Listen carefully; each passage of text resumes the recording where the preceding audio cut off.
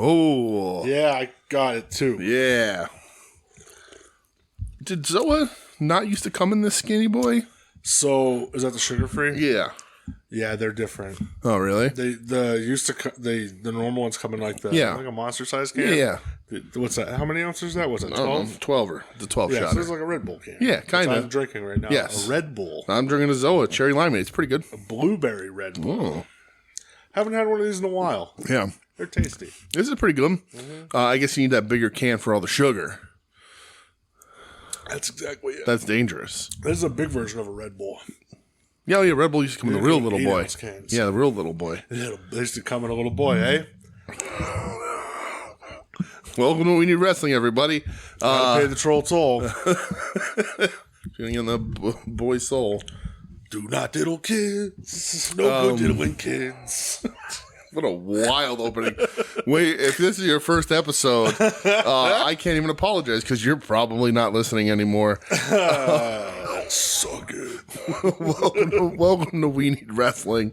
Welcome to I Need Help. I'm DJ. That's Brett. Brett is the one saying the inappropriate things. Just remember that, everyone. You gotta pay the troll toll. It's true. Little boy's hole. That's true. Gotta pay the troll toll to get in. That was on the other night. What you say? I'm drinking a Zoa because I support The Rock in all of his endeavors. Yeah, every one of them. All of his failed endeavors. Every single one of them. The XFL merging with the USFL after one season. That's good. Yeah. Wait, no, is the USFL merging with the XFL or is the XFL merging with the USFL? I don't think they've ironed out those details. Yeah. So both of them were like, neither of us are financially viable. Spring football doesn't fucking work. Right. So let's listen. With our powers combined, we could be somehow double as money costing. I love football. I do. Mm-hmm. But at the end of it, I'm tired of it. Yeah. And it's just like, hey, I don't want more of this. Yeah. I'm just done. Okay. It's even like, basketball in the same way. Anything, really.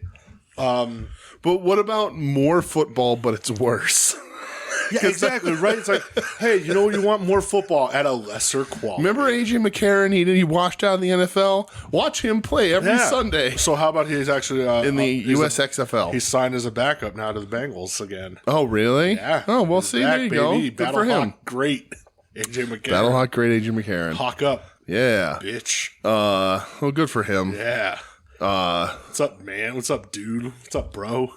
Not much, pal. What's happening? Fucking... Not much, man. Yeah? Loving my life. All right, yeah, good. Life's good. Good. Life's good. Work's fucking sweet. Yeah? Yeah. Everything's fucking sick. Do you have a busy season at your super secret job? It's not science job, but it's just super secret. We're going to have a busy season for me in particular. In about 10 days it kicks off. Okay. For about a month. Okay. And then it's going to cool down through the end of the year. You're a pumpkin salesman. Let's just tell Sorry, everybody. I sell pumpkins. You sell pumpkins. Yeah, I am Pumpkinhead. It's true. Stay away from me unless you're tired of living. That's right. So yeah, the next till probably mid-November it'll be busy. Yeah. And that's going to cool down. It's for pumpkin pie. It's Halloween and then it's pumpkin pie. Right. I dabble in a little pumpkin pie. Right, yeah. That's the leftover stock. Yeah. And then January 1, it'll be busy for a couple weeks. Okay.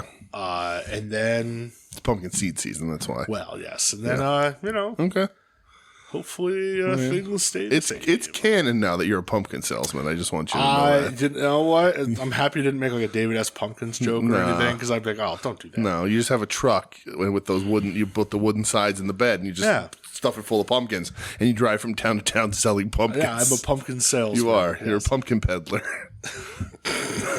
You peddle pumpkins. I peddle pumpkin. All right. I mean, you can peddle worse, that's for That's sure. true. I was at the grocery store today, and some dude, I was buying like the ravioli that we ate in our delicious dinner tonight, And this you fucking lied to me. You said Michelle made them. Michelle said she made them. And I was like, this dude was looking in the case, and I'm standing. I'm like, oh, if I'm in your way, just let me know, man. Like, I'll back up. You know, I just looking, trying to figure out. But like, if you need to get in, you know what you're grabbing, go ahead.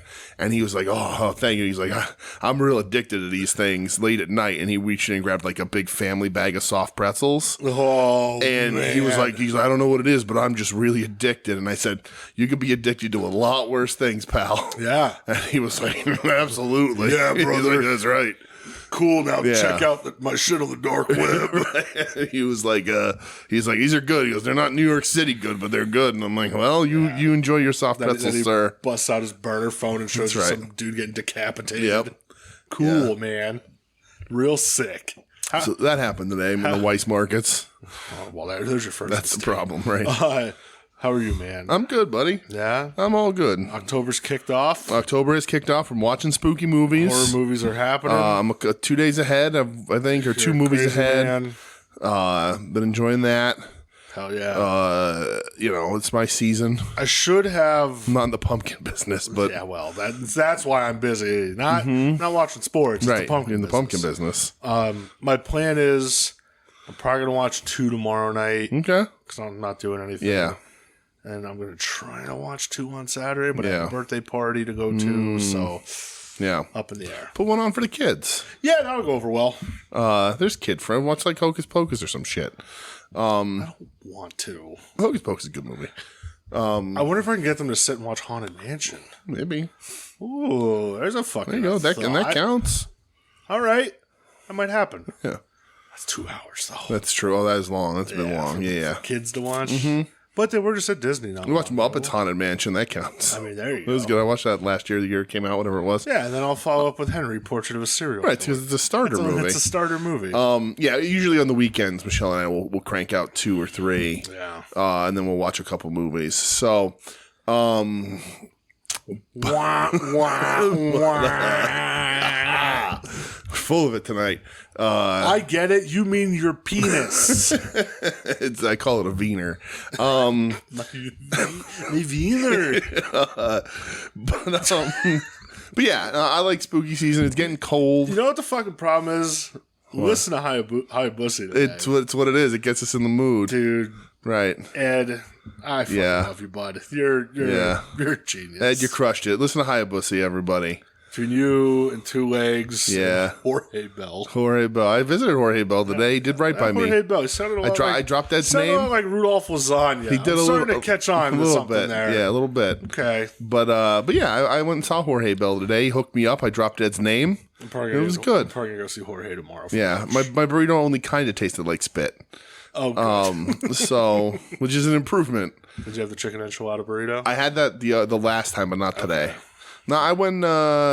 My Taco Bell order is I fluctuate. They've eliminated most of the things that I really like, but I usually go with the classic combo because it's like $6 and you get a large soda. You get the cinnamon twists, which they didn't give me today, but I didn't cause a stink about it. You get a beefy 5-layer burrito and a regular hard shell taco. Wow. And then I'll add a beefy milk burrito on top of that.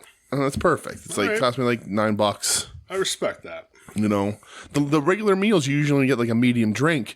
The classic combo comes with a large drink, and I want a large Baja Blast, even though today I went slushy, #slush life, #slush fund. Slush fund, slush life. But, sweeping the nation. T-Bell all the time, though. Jorge Bell knows what he's doing. I agree. So listen to Hayabusa. Just try not to do it on Apple Podcasts because Ed doesn't know how to submit that. But you can get his RSS feed and enter that into Apple Podcasts, and then it'll load up every week because that's how I listen to it. It's just not technically an Apple Pod. I don't understand how that fucking works. Is that where you listen to it? Listen to it on Spotify. It's probably better anyway. Listen to it on Spotify because he uses Anchor FM. He shows right up on Spotify. There you go. It shows right up in my Apple for me these days too. Good. So you just got to put that RSS feed in there once. But anyway, you don't have to put RSS feed in there because we're in all these things. Yeah. And you know that because you're listening right now. Hey, hi. I'm good, pal. You're good. Yep. I guess let's talk wrestling for the week or news. I have nothing. You have no news. Nope. There is big news in wrestling, but we'll talk about it as it happens as we're running down shows. Will we? Oh, yeah, we Yeah. will. Oh, yeah. What the fuck am I thinking? Yes. Okay, yeah, we certainly will. A giant piece of news. But I have pre-Googled. Wow, now you're pre-Googling. I have pre-Googled pro wrestling news. And there are a few things that I wanted to discuss on here. Okay. So Jade Cargill says it was a blessing she started a pro wrestling career in AEW instead of WWE. I'm not going to read that one, but good for her. Sure. Maven believes WWE missed out on Bull James. They did not. They had him and let his lazy ass go. Did you see that picture of him and Gene Snitsky on the swing set? Sure did. That's fucking weird. So here's one from Ringside News. Max's Bleacher Report add-on now includes pro wrestling section. Yeah, I saw that. They added like the AEW show. Yeah. The Andre the Giant documentary from HBO from a Yeah. couple years ago. Mm-hmm. Something else to it. Yeah. So that means they're gearing up to have AEW stuff on there. I would assume, right? So that's cool. And then I also have Walker Stewart confirmed as New Japan, Yes. English language commentator. Yep. His first show will be Fighting Spirit Unleashed, which is the Vegas show, Yes. right? Yep. I think Eddie's wrestling. Eddie versus Hanare. The Velvet Voice, Walker Stewart, has confirmed earlier reports that he will replace Kevin Kelly in the role. The Velvet Voice. October 28th at Fighting Spirit Unleashed. Okay, the Velvet Voice. Uh-oh, what? He has a partner for that show. I hope this doesn't extend beyond that. I'm not going to tell you who it is. You know who it is. Yeah. Everyone knows who it is. I don't have to fucking say it. But I'm going to have to listen to this show on mute. The Ghost of Lanny Poffo. Walker Stewart's only 21 years old. Yeah. So he's done commentary for GCW, Mission Pro, Future Stars of Wrestling, and Booker T's Reality of Wrestling. Boy, are we going to talk about Booker T tonight. Are we? I am. Oh, okay, because of, yeah, all right. Yeah. When he does that New Japan should have fired this dude. I'm sure he's great. 21 years old. I imagine he came along to GCW post Kevin Gill. I don't know. I don't know. But I would have let this guy go and inserted John Moxley as my full time Well, New Japan yes, commentator. more on that later. But whatever. That's just me. And then one more thing. Netflix unveils cast for The Queen of Villains. What's that? A Japanese women's wrestling biopic. Okay. Netflix has unveiled its cast for the upcoming series, The Queen of Villains, centered around the legendary Japanese women's wrestling figure, Dump Matsumoto. They're making a fictionalized TV show about Dump. Yes. I didn't fucking see that article at all. This is on Wrestling Headlines. In an announcement on Tuesday, the streaming giant disclosed that Urian Retriever will portray Matsumoto. Karada Erica will take on the role of Nagayo Chigusa. What's it called? Villains of the Ring? Queen of Villains. Queen of Villains. And Ayami Goriki will embody Lioness Asuka. The Queen of Villains delves in the untold narrative of Dump Matsumoto, who we love on this show. Love Dump. A professional wrestler whose cult-like popularity ignited the women's professional wrestling craze and left an indelible mark on Japan through the 1980s. Fuck yeah. I mean, that's pretty sick. Nagayo Chigusa and Lioness Asuka, portrayed by Karada Erica and Ayami Goriki, respectively, represent the dynamic duo of Crush Gals. Iconic figures in Japanese pro wrestling whose dominance on television turned them into a social phenomenon. The series, helmed by Osamu Suzuki and directed by Kazuya Shiriashi, is scheduled to premiere on Netflix in 2024. Okay. So Netflix cancels stuff all the time. They do, yeah. I hope this gets through. Yeah. I think Dump is a controversial figure. If you Google Dump, you'll see some images that are even maybe in context in 2023 a little tough, right? But the culture's different in Japan and it worked over there. But Dump sort of doesn't get talked about the way Bull Nakano and Akira Hakuto and a lot of these other Jaguar Yokota, a lot of these other stars of that era do. And like her, like she's the reason why Bull became the star that she did, because that was her tag. Like all like Bull's like 16 years old tagging up with Dump. Like Dump is a super important figure. Dump's a great wrestler. Still super popular when she was just out on that Tokyo Joshi Pro show. Awesome. Yeah. You know, can't move where like she's a very old lady. Course, yeah. She's old. But it'll be really cool too to just see like a Japanese show made by Netflix portraying Japanese wrestling at the time in the 80s. That would be awesome. This will be really cool. You know, I never watched Glad. Or not Glad. Glow? Glow. Glow's really good. Michelle and I watched the first two. We never finished it because I don't know if this affects you. This affects me like kind of across the board. I'm a little snake bit on when shows get canceled before they're done. So like, that Glow kind of said we needed 4 seasons, and they got canceled at 3 or 3. I think it's 3. Okay. But whatever it is, they kept saying like we needed just one more season to wrap everything up, and they got canceled. So I'm like, so that makes me not want to watch. And when they say that, like before the show's out, or when the show's not the last season, what becomes the last season of the show isn't done. I'm like, well, why am I going to finish why am I this? going to waste my time then? You know? Yeah, I agree with that. So that stinks, but I like the show a lot. We are going to go back. We always say we're going to go back and watch it. I really liked that show. Yeah. It's a lot of fun and really cool. Maybe eventually. But I hate that. My life was very deeply affected by the cancellation of My Name is Earl. Well, that is true. Which canceled on a cliffhanger, which is not completely different, but a little different than a lot of other things. But yeah, Glow was very good, but you know. Just like my life, deeply affected by the cancellation of the iCarly reboot. And I left it on a cliffhanger. Yeah? How do you know that? I don't know. I just saw a headline for it this week. So, me and my nephew, when he was very young, we used to watch iCarly. Yeah. Because he likes Wait, which one's iCarly? Is it the girl who's That's the one with Meredith Cosgrove. I don't know what that means. She was the one in School of Rock. I've never seen School of Rock. Get the fuck out of here. Jack Black? Yeah. Yeah, I've never seen it. What is your problem? I've seen bits of it on TV. This is the one. Jack Black. I do. You never watched No, yeah, I know, School and of I Rock. also love musicals. I know. I'm aware. I Get know. out of your house. I'm aware. All right. Yeah, this is the one. All right. You're not hardcore unless you live hardcore. Yeah, I've never. I told you, I've never seen it. You disgust me. Yeah, this is the one that she like talks to her computer all the time and whatever. Like the iCarly, like when she's like, yeah, okay. I've never seen it, but what does Miranda Cosgrove do? Was she a singer? She's she's a singer actor. She's an all around jack of all trades. Okay, all right. I know Ed likes iCarly. Yeah. So okay. I know. I never watched the reboot. I just saw the headline when people were like, "What the fuck? You canceled it when it left it on a cliffhanger?" I'm like, well, that's what shows do now. Absolutely. Deal with it. And the one blonde girl that was on the show didn't come back to the reboot. Oh. Because she wrote that book. It's like, I like something about like how I want to murder my mom or something. Oh, Jeanette McCurdy. Yeah. Yeah. Okay. And she was also dating Andre Drummond for a while. What? Dude, if you Google the pictures, it's like them out holding hands. What a size difference. That's weird. That was like when Shaquille O'Neal dated Hoops. Yeah. From that Flavor of Love. Right. That's the one where the picture with the hamster with the banana in its mouth. Yeah. Yeah, exactly. That's the exact, yeah. Yeah, we're just exposed to the world that I've never seen School of Rock. I've seen a bit of it on TV. Yeah, I'm gonna comb my beard. I don't know why. Yeah, because you're having that's a nervous tick. It is. It's a nervous tick I have now. How? What the fuck? I know. I've never seen it. I'm sorry. I'll watch it in November. That hurts me.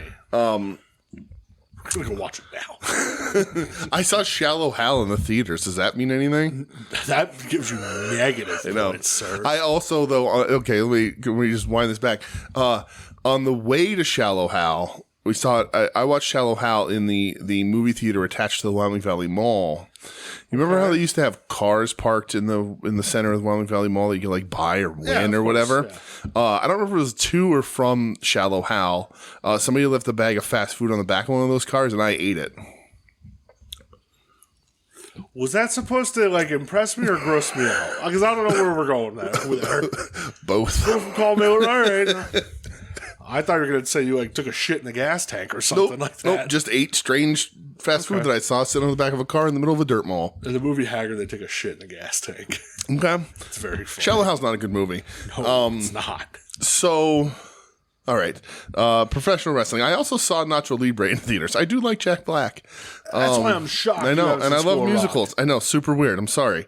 I know the premise. I've seen the kids. Obviously not Miranda Cosgrove. I didn't know she was in it. She's the band's manager. Oh, okay. I don't know. Yeah. All right. God, Whatever. God Sorry. damn it. Sorry. Check. We'll watch it on the Patreon. We don't have the I've seen Patreon. fucking School of Rock. I've seen that movie like 8 times. It's fucking great. 8 times. It's so good. Oh. All right. Is that it for news? Yes, I just got. Other than the breaking news you just laid upon me. It's not breaking news. You can't say anything, but I just want you to read that right there. I'm so happy. Our plan is gonna. Yes. Did you fill? I'm going to right now. Okay, good. All right. We'll just have to get our hands on Yep. on some product. Yep.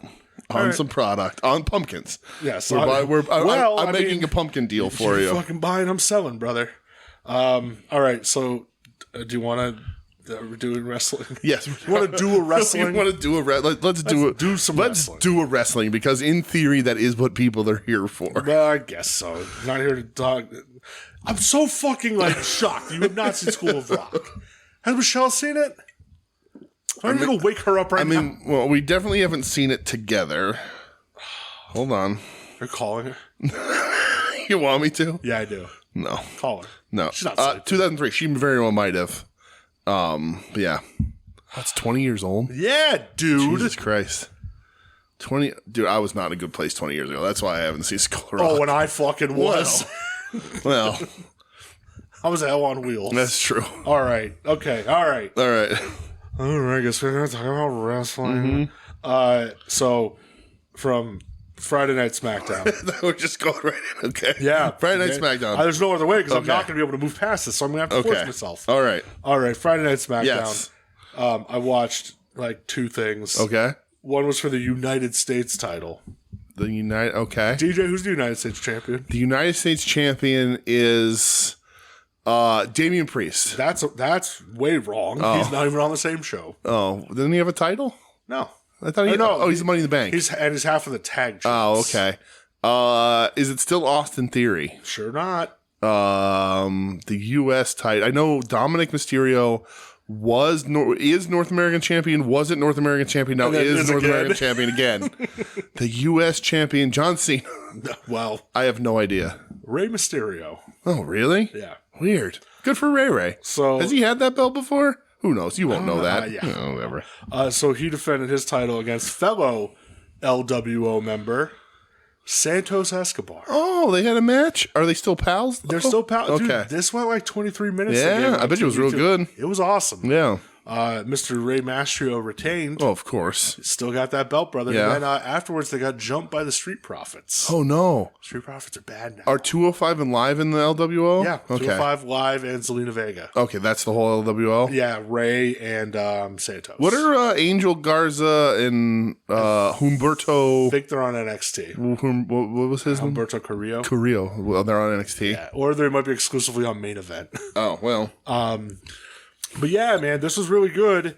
And then, they got jumped by the Street Profits afterwards. Oh, no. Bad Guy Street Profits. Yeah, because there was Bobby Lashley. Oh, are they bringing her business back? No, I don't think so. Oh. But Bobby Lashley has them all dressed in suits and stuff And on cycle. Well, yes, they should be. Yeah. That's cool. I think that works for them. Because Yeah. then when they're This is heel, the first time I've ever been heel. yeah, and then when you decide to turn them, you can turn them and separate them, Hey, there you and go. Angelo Dawkins can wither away. Oh, I like Angelo Dawkins. I like Angelo Dawkins too, but there's star power in this team, and he's not it. That star power's been there, and they Yes. haven't pulled that trigger. They almost did, remember? They teased it like Elimination Chamber last year. Remember, he was in it and Yeah, did nothing with it. yeah. What the hell was his name? Montez Ford. Montez Ford. That's right. And then at the end of the night, I think there's a pay-per-view tomorrow. Might be a WWF or Saturday. This is tipping my hand, but when I was on Peacock, it was like watch Fastlane. And I was like, when the fuck did Fastlane happen? Yeah, that's I don't remember Joe Saturday. running down the card of Fastlane on that odds. Nope. Okay, so he's probably doing it as we record. Yeah. So at the end of the show, John Cena was getting jumped by Jimmy Uso and Solo. Okay. I have like zero fucking interest in the bloodline at all at this point. They killed that, huh? Ran its course. Yeah, they fucking did. Yeah. And then who saved Mr. Cena's ass? But one Mr. L. No, I heard this. Knight. Yeah. Dude, yeah. Like, so I wasn't going to watch it. Then we were watching WrestleDream on Sunday. And Joe's like, dude, you should go watch it. Yeah. To see how crazy it was. Mm-hmm. And it was. It's fucking nuts. Yeah. The reaction he gets. Right, yeah. And he signs the contract with Cena's partner. Mm-hmm. And it just, Cena sells it so good. He's like really jumping up and down. Yeah. So yeah, I guess that's happening at Fastlane. I was thinking about LA Knight today. And I know that he's, an older guy. Right, and he's the guy right now, but he's 41 or whatever. A little late. He's been in the game a long time, but like whose game is it? I don't know. LA Knight's game. Yeah. But like he's hitting the stride with everybody saying he's getting over. But I know people say like he just stole Austin and The Rock and sort of mushed them together. You know what a famous person once said, DJ? You copy an A, get an A. There you go. Right.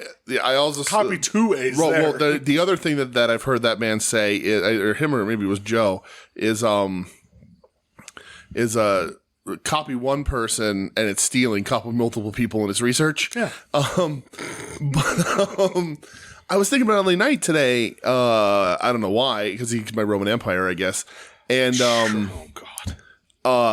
I was like, he's very similar to Austin. Yeah. The age is tough, but like the Max Dupree, while it was still, he could have made that work. Was that his ringmaster? That was his ringmaster, right? All right, I'll give you that. Right, because he didn't change much when he came back to LA Knight. They brought him in. They didn't love LA Knight. They made him ringmaster. You know, I mean, Max Dupree or Max Dupree. You know, and that's just really interesting. There is some parallel there. All right, in that regard. I can back that. That Max Dupree is his ringmaster. I support that. Yeah, I think about Steve Austin a lot. I think for a person that isn't in love with Steve. I mean, Steve's awesome, but like, you know, I just think about like how I guess just today, but I was just thinking about like, man, that guy was as big of a star in just fucking black tights, punching and kicking. Like, if Steve Austin showed up today, like his character would be over, but people would be like, this dude can't fucking wrestle. No, yeah, he was just walking brawls. Yeah, but he was fucking good at it. Yeah. Well, the thing was too, he used to be like before he started breaking down. Yeah. Like, he's a great wrestler. Stunning. He's Steve a fantastic Austin? professional wrestler. Baby. That Steve was a fantastic professional wrestler, and even his walking brawls are really fucking good. Yeah. Stunning Steve though. Yeah. God damn. Yeah. I actually I'm gonna talk about that in a little bit regarding someone else too, and some reviews that I saw. But anyway, yes. So and then Monday Night Raw. Yes. I watched a match. Okay. It was for the Intercontinental title. Mm-hmm. Like I seem to be cycling to the WWE mid card. For Is some that reason. still Walter? Yes. Okay. He beat Tommaso Ciampa. Okay. They gave this about 23 minutes. Yeah. By referee stoppage. Oh, that's right. Is this where DIY comes out and reunites? Yeah. Yeah. Good. Great. Nobody cared. Yeah, because Gargano stinks. Yeah, just nobody gave a shit. Yeah. But this match was really good. Yeah. I like the mid card title scene in WWE. Right. Sometimes it's I think better it's very stuff. Interesting. Good. So top of the card. Meh. Speaking of the Intercontinental title too, I did watch a clip of your pal and mine and Doug's pal, really, Honky Tonk Man Wayne Ferris. I thought you were saying Rhino. Who I also saw a clip of Honky Tonk Man when he makes his Superstars debut. And he's wearing the blue long boys with the suspenders. Yeah. Super weird. Yeah, not a good look. But Vince is on commentary. And Vince, Tommy Dreamer. Yeah, right.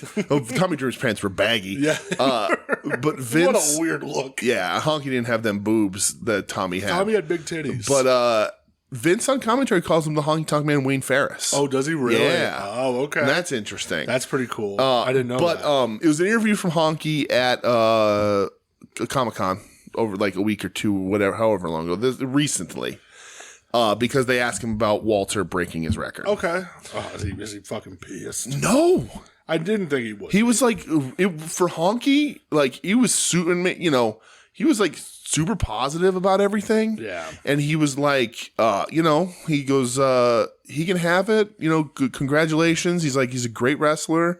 He's like, but you'll never be the greatest Intercontinental Champion. He goes, that's still mine. And he goes, and I don't know that your record is going to last 34 years or whatever, or however long. He goes, that my record lasted. Good. I'm glad to see Honky. He thinks he's Bret Hart. And he asked about the greatest Intercontinental Champion of all time, not the greatest of all time. He thinks he's Bret Hart. Well, the greatest Intercontinental Champion of all time is Honky Tonk Man. Bret Hart. Bret Hart wishes. But he also like was asked like who would you wrestle now, like if he got back into it, and he's like, well, Randy Orton, because everybody says Randy Orton. Yeah, everybody does. And he said a couple other people. And you know, sort of said he also said that they asked him like, he said he's the three guys that he saw coming into the business when they started. He goes, two of them he was right on, one of them he was wrong on. He said that him and Hulk Hogan broke in at the same time. Mm-hmm. And he said, well, first time I saw Hulk Hogan, I knew that Hulk Hogan had everything. He goes, the second guy was Rocky Maivia. He goes, I wrestled his dad a bunch. His dad was a great wrestler. And he's like, well, first time I saw Rocky, I was like, that's everything. He's going to be huge. Yeah. And he goes, and the third guy that I was wrong on was they had this guy come out and he was fucking digging holes and putting people in them and having casket matches and wearing gray gloves. And he goes, and I told everybody that this kid ain't going to work, that this gimmick is dumb, and he's never going to last in this business. And he's like, and was I fucking wrong? Sure was. And he looks at the camera and he goes, Mark, I'm sorry. Fucking sorry. But he was pretty positive. And he said he's 70. He goes, he doesn't like doing Honky still had to get his jabs in there. But he was like, I'm 70 because I don't really do the physical stuff because I like doing these Comic Cons. He's like, I can't really do indie shows. Like, I can't get physical. No, he's like, he's like, 70 years right. old. But he goes, I don't like doing indie shows. He said, because all these young kids aren't trained anymore. And he's like, they put me in a match with some kid who's not trained. He's going to hurt me because I'm too old to risk that. Motherfucker's going to break my neck. Right. And then he said, the guy asked if AEW came calling, would he do appearances? And he goes, I need a month or two to get in shape. Oh, Wayne. He goes, because I'm very particular about my body. Oh, Wayne. But he said he wouldn't commit, but he has he'd take a hard think about it. Okay, Wayne. I love Wayne Ferris. I support the Honkinator. I love the Honkinator. And I just thought it was very positive of him. Like I think everybody would expect him to like bury Gunther. Yeah. And he wasn't. He was just like, he's a good kid. He's a good wrestler. He's like, but I had that record for 30 some years or whatever it was, or 40 years, whatever the fuck it happens to be. So hell of a spread, eh, Honky? Come on here, check you fucking Mark. But yeah, that's good for Gunther, good for Honky. Where's Honky? Let's bookend him. So, also from the world of WWE. Yes, WWE. They held on Saturday NXT No Mercy. And I wouldn't have watched a lick of this if Joe didn't say to watch two of the things that happened, two matches. So I was like, you know what? There's not much going on in the world of wrestling outside of stuff. It was a slow week, which is nice. It's welcome. It's welcome. But it's like, I'll throw these two matches on. Mm-hmm. But yeah, so I watched a little NXT No Mercy, first time in a long ass time. Did you watch the intro? That is my first note, dude. I don't know why NXT must have been really hurting for the 35 plus demographic. For real, man. to make a pretty accurate, including the dip diggity dog. Oh yeah. No Mercy screen choices intro. So cool. Somehow the graphics they put up looked like purposefully looked worse. They looked worse than the game. Yeah. And I get what you were trying to do, but you missed the mark there. But it was awesome. I loved it. Yeah. It's fantastic. But again, you're aiming at an old crowd here. I guess that's what you want. Fired me up though. But NXT's like not splatter NXT anymore. They're back to old school NXT, which is funny. Yeah. So but yes, I did watch the opening and I liked it a lot. So I watched two matches. Yes. So I did too. Okay. Then they just happened to be the last two matches on the show. Tony Baloney and his crew. No, I didn't watch that Tony one. Baloney. Tony Pepperoni. So for the NXT title. Yeah. Yes, I watched this one. The challenger, Ilya Dragunov. Interesting that this wasn't the main because it's the title, but I get it. The champion, Carmelo Hayes. Yes. I don't know how long Carmelo Hayes had the title, but he doesn't have it any longer. He does not. So Ilya Dragunov wins. Remember when Eddie Kingston beat up Ilya Dragunov and cut that promo about how he was sick of putting people over the fuck it was? Sick of making stars. Right. Yep. That was Ilya Dragunov. The best. Yeah, that was like Ilya Dragunov's like send off or something. I think too. Well, you went to NXT UK or whatever right after that. Yeah, I just remember Eddie just the fans cheering for him. He goes, "Suck my dick." Yeah. What do you think of it? I like this match a lot, dude. Ilya Dragunov was beating the shit out of Carmelo Hayes. He has weird face expressions. Yeah, like the whole like conductor thing he does. Like we had the maestro. It doesn't work. Fuck you. Don't talk about the Stro that way. But, we love the Stro in this house. This is my house. Well, this section of the house loves the Stro. Okay. But yeah. Oh, excuse me. Oh no. It's allergies. I've been fighting it for like a week. I like this match. Again, I'm not connected to the NXT product, right? Me neither. So watching this, I was like, okay, there's a bunch of people that are doing this exact match in AEW that, and everywhere, like it's a very modern style wrestling match. They're both very talented. Dragunov lays the shit in, which I like. Carmelo's smooth as fuck. Yep. But I liked it. My favorite thing in the whole match was that Hayes did like a head scissors into a bulldog. Yeah, it was really cool and smooth. But my biggest issue with this match isn't the match. It's Booker T. It's Booker T. So any NXT I've brought up, in the past few months, that's always been the biggest problem is the commentary. He's terrible. He's fucking sucks. I don't know if this is the way it was always mixed, but he was loud. Like, I hate when a move happens and he just goes, "Dah!" Yeah. Like, right. Ew, but he doesn't contribute anything. He's not doing color commentary. He's not doing play-by-play.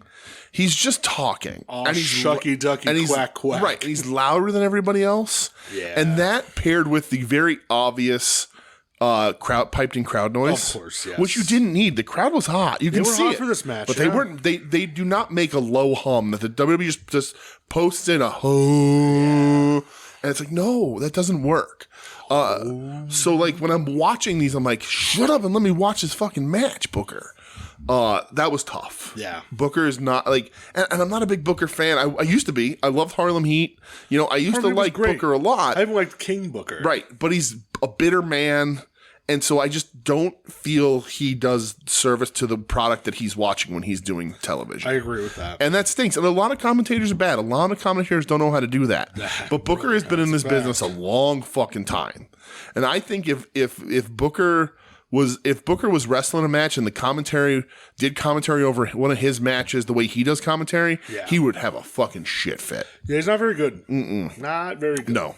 He completely overproves. Who's that with him? Is it that? Vic Joseph. Vic Joseph. He was on Raw for a while. He just completely. But Booker overpowers him, talks louder. The Booker stinks. But the match is very good. Yeah, very worth your watch too. It feels the most. Again, we're not watching NXT all the time.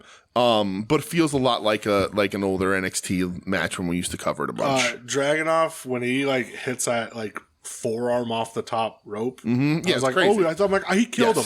Right. He killed Absolutely. this man. Yeah. For sure. And then main event was no holds barred for the women's title. Extreme Rules match. Extreme Rules. Sorry. Because Becky Lynch beat Tiffany Stratton at whatever, and this is Tiffany Stratton's rematch. Yes, Tiffany Stratton up against the champ, Becky Lynch. Right. What an unexpected, fun, just plunder brawl. I like this match more than a title match. Well, they're both title matches. Well, the Dragunov match. Yes. Yeah, I mean, this was a lot of fun, dude. It was just fun. They just killed each other. Tiffany Stratton. Yes. She's probably gonna make her. I can see her getting called up. Yeah, right. You don't win the title twice. It's because they want to get you off that fucking program. Usually, they sent Becky down there to make you. Yeah. Right. I think Becky made her here. I think so anyway. Becky looks great. Yeah, Becky looks really good. She looks a little revitalized, I think. Yeah. Down in NXT, which is funny. So I wish they could bleed. How much better would this match be if they bled? So did you notice what happened at the beginning of this match during Becky Lynch's entrance? No. It's very funny. So Tiffany Stratton has brass knuckles. Oh, yeah. And she puts them on the fucking wrong way, and the ref has to come over and tell and she switches them. Oh, my God. I get it. Like, she had, like, the hand, the part that goes in the palm, sticking out. So it was I was like, no, you will kill somebody if you hit them with that. Like, right. You have a brass ridge. Yeah. Yeah, it was hilarious. Like, it's bad enough the normal way. No, you'll actually kill somebody with but that was because she held them up, and I was like, that's not right. Nope. I've seen people hit people with brass knuckles. That ain't the way. Oh, my God. I'm so happy you brought that up. I forgot about that.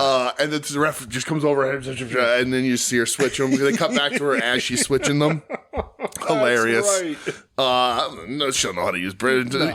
You look at brass knuckles, you're like, well, it's clearly deadlier this way. Yeah, of course. But you want to hit him with the metal part. Right, but that is to sort of rest in your palm so that all your fingers don't smash. Yeah. So you don't also completely shatter your hand when you're throwing that punch. But yeah, that was hilarious. Tons of plunder. Stratton has a great moonsault. Great moonsault. I love a really good moonsault. We were talking about Julia Hart's. Oh, we will talk later. But like, great moonsault. Really, really happy to see that. She does the moonsault. Stratton, pronouns, pal. Stratton does the moonsault to the outside, and Becky moves, and she lands on her feet, rolls backwards, and then gets right up to get the rock bottom of the fuck Becky calls her bookend. The manplex or something. Manhandle slam. The manhandle slam. I thought that was awesome. Stratton's swanton is really good. So when she hits the swanton, she like floats. It's weird. So somebody pointed this out. When she hits the swanton from the ring through Becky on the outside of the table, it's such like a tiny thing. I'm so glad somebody caught it. Mm-hmm. When she hits her with the swanton, her momentum is going so fast. Like, when she hits Becky and like kind of goes through and is rolling off of Becky, Becky with her arm going down actually catches Tiffany. Oh, yeah. And like stops her momentum from going. Nice. I was like, wow. What a Is it on the table? Yeah. Yeah. It's like, what a fucking pro, you know? Yeah. Like, I would, that's the little shit that makes Becky so good. Because when you watch like Jeff Hardy do it, I don't know why you would, but like his is a little more like driving. Especially now. You know, like he like aims a little more towards the ground. She like floats. It's really cool. Very good. I agree. You know, it's almost, she hits that kind of like the way Ultimo Dragon hits the Acai moonsault, where they're just like it almost seems like they pause like in that turn for photographs. Like it's just a really cool spot. And then the moonsault on the end, she hits like the triple jump essentially. It's picture perfect. Very good. But she lands on the chairs and it costs her the match. I really, really enjoyed this match. Did you see Becky Lynch's arm after this match? No. So Becky Lynch was supposed to have a match on Raw against Tegan Knox. For the NXT title. Okay. So I'm going to pull up a picture of Becky Lynch's arm, unless they made her delete it. Oh, how's Tegan Knox doing? How's her knees? Oh, poor Tegan Knox. Where is it? Oh, there's a sensitive content warning on Instagram. I like it. This was Becky's arm. Oh my God, that's fatty tissue. That's fatty tissue. Oh my God. Her arm. What is that from? Don't know. Gross. Yeah, dude. Wow, I bet that hurt. That hurt a lot. Holy shit. Like to the point where they had like she Dr. Pimple Popper's coming in on that one. She didn't have the match on Monday. Yeah, that's crazy. Yeah. Wow. Yeah, that's gross. She's tough as nails, man. Good for Becky. This match was a ton of fun though. I really dug this. I'm not necessarily going to say we're going back to watching NXT, but if I'll listen to recommendations. Well, might watch NXT. Well, we'll bring don't expose us here. All right. But I'll listen to recommendations. Yeah, if I can fit it in. I know a lot of people like. I didn't watch anything from their TV this week. No, I didn't see anything recommended. Right. So I was like, why am I going to watch this? Right. But I like Dragunov. I'd watch some more shit from Dragunov. Yeah. Especially if he's going to drop a fucking forearm from the top rope. Yeah. I'm all about that. So, all right, big AEW week. Huge AEW week. So, Rampage, I have a couple things. Okay. I have Eddie Kingston getting confronted by the Jarrett family and Jay Lethal. It should have been Jarrett, not Lethal. I agree with that. The Lethal match makes sense. In AEW, you don't have a more Ring of Honor guy than Jay Lethal right now. Yeah, so not anymore.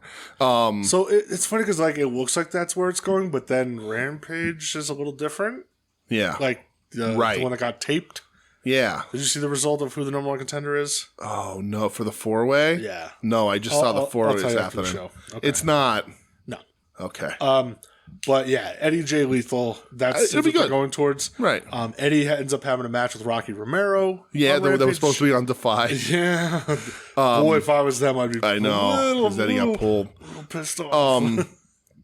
I like them putting Eddie against old school established Ring of Honor guys to help legitimize him in being the champ. Absolutely. Because Eddie never got to have that shot, and he fucking deserves it outright. Yeah. So. And then afterwards, Shibata, after Eddie beats Rocky, Shibata comes out and gives him the Predator. Well, Eddie wins with the stretch plum. Yes, he does. Which is awesome. Yeah. This match just felt like a classic wrestling match.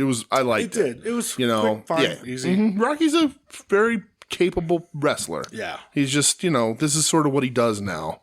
Yeah. So the only other thing I have, so I had the little Ortiz Santana video package. I thought that was very very good. Yeah. How they even include the clip from Conan talking on his podcast. Right. Like, they used to be like brothers. Now they hate each other. other. They didn't have to pay Conan too much money for that. No, probably not. And then Hikaru Shida versus Ruby Soho, #1 contender. This match ruled. I thought it was very good. Like this match for a random Rampage main event. Right. Yeah. I thought it was very good. This match rocked. They both had the 3+ count with the refs out. Yep. So you keep the loser strong. Shida wins. I thought this was fucking awesome. Yeah, I really like this match. And I've been down on Ruby in the past, but I'm always up on Shida. Shida is so fantastic. She's so good. And I know her first run with the title was long, but it was during the pandemic. Mm-hmm. Her second run with the title was very abbreviated because Saraya won. Yep. So I'm hoping now that she's the #1 contender, that this upcoming Tuesday, remember Tuesday Dynamite. Yep. Title Tuesday. I hope that Shida beats Saraya and takes the title. I know exactly what to do if Shida wins that title. I know exactly where to go. Shida Tony Storm. That's your program for the next 3 months is just batshit crazy Tony Storm. Oh yeah, chasing that title. More on Tony Storm later. Yeah. Did you have anything else from Rampage? No, we're good. I like that that Zack Sabre Jr. said he was going to retire Dragon for the second time in Seattle. Yeah. But yeah, nothing. I'm gonna make a conscious effort to not shit on stuff I didn't like necessarily. Aww. But there was nothing bad in Rampage. I just skipped a bunch of stuff. Dude, I'm the same. I just skipped a bunch of stuff. That's just where I'm at. Yeah. I'll talk about one guy that I think I've skipped now multiple weeks in a row, but we'll talk about that in a bit. So Collision. Yes. Because we're leading to the Pape. Yeah. So Andrade versus Rock Hard Juice Robinson. What a fucking match, dude. Was awesome. I'm glad. What a way to kick the show off, too. Absolutely. And I'll say something about Collision at the end, but what a way to kick it off. I'm glad that people are on the Juice Robinson train. They're learning. Listen, we were on that fucking train a long goddamn time ago. I don't want to take credit. I don't want to toot my own horn, but beep beep. Right, clearly Joe got everyone into LA Knight. Joe saw Joe's supposed to have had odds with wrestling in Long Bucks Heroes. Listen, if you listen to Hayabusa, you should know who the fuck Joe's supposed to is. He loves Choco Tacos. Preventer of Choco Taco. Saw the star in LA Knight before everybody else, right? Before there was a Mountain Dew Pitch Black fountain, there was Joe Sposto's fandom of LA Knight. But you and I have been Juice guys for a while. Yeah, and I'm not even talking Bullet Club Juice. No, I'm talking even pre-Fundertaker. Yeah. We liked Juice in New Japan. Yeah. And he's just gotten better every sort of shift that he's done. Yep. And he is peak wrestling character right now. I can't get enough of him. Nope. I love the look. He does things everything he does is in his character, right? Any move that he does in the ring, he throws a little bit he sprinkles some character. He sprinkles a little character on everything he does. Dust on it. Just a little bit of dust, baby. On everything he does. And it's really fun to watch. And because he is such a big, insane human being. Yeah. He's not a big human being. He's big, insane. I really, really love him. And Andrade can fucking go. Andrade's so fucking Juice good, man. does a fucking snot rocket on Andrade in this Sure fucking did. match. And then CJ Perry's watching backstage like she's Bret Hart. So I'm going to assume she's going to hook up with Andrade. You think? Or you think she was scouting the BC Gold? I just think she's scouting everyone. Okay, maybe. She's going to be we haven't seen her scout anybody else, though. Well, that's true. So, though, I thought the match was really good. I did see her in a see-through bra this week, but... Well, you know. Yeah. Andrade hitting that like back spinning elbow, just murdering Juice. Yeah, Joe's like, oh, he does the Judas effect. I'm like, I don't know, because like he does. His actually looks good. He does like a weird step over with it, but also every time he does it, he falls over, so there's no protecting yourself. That's also true. Jericho's looks like dog shit. So yeah. So next thing I have, and again, if you feel anything important, just interrupt me. The second installment of Tony Storm. That's exactly where I would go. Portrait of a Star. So this is my favorite one. It's brilliant. She talks about, RJ City is like, you've lost to Saraya. Right. Where do you go now? And she, you may have hit your peak. And she's like, peak? Yeah. All I do is peak. Yeah. Which made me think of Dennis Reynolds. Then she grabs RJ City by his hands. And she goes, I wish for the simpler times when he used to slap on a backwards hat, hit somebody with a pie, which was what she did in WWE, which is hilarious. She goes, now they just want you to bleed and barbed wire, and they'll give you a good review in the trades. Yeah. Hilarious. It's absolutely amazing. Fucking funny. Yes. And then at the end when she's just going, are you coming on to me? And RJ's like, no, I'm not. I'm not coming on to you. Not at all. And she goes, what, am I hideous? Yeah. Oh, my God. These segments are like... so funny. Her and Juice unaffiliated on TV, but the idea of these two crazy people sitting at home together. I said that household.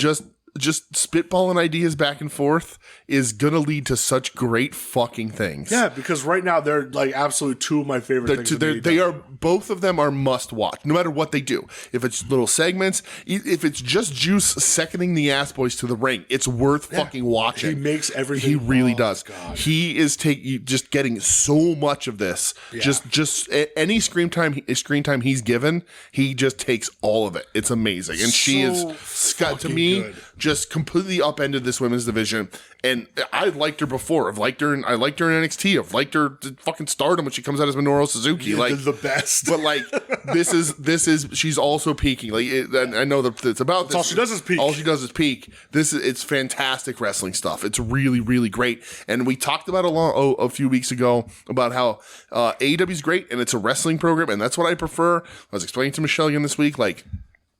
I don't need so much of the soap opera. I need a little bit of soap opera sprinkled in with good wrestling, which is what AEW gives you. Yeah. But like AEW can benefit from character work, and they are getting it in spades with Toni Storm right now. She is immediately the most interesting person in that women's division. Oh, absolutely, man. I agree 100%. Yeah. So I didn't watch the Kingdom match. I skipped it. I saw the end with the two low blows and the pile driver, but I watched the promo afterwards. Okay. I'm going to say something a little controversial. All right. Matt Taven's been pretty good. Oh no! Well, I don't have anything written about the promo afterwards. What was it? So he pulls out him and Mike Bennett's suitcase.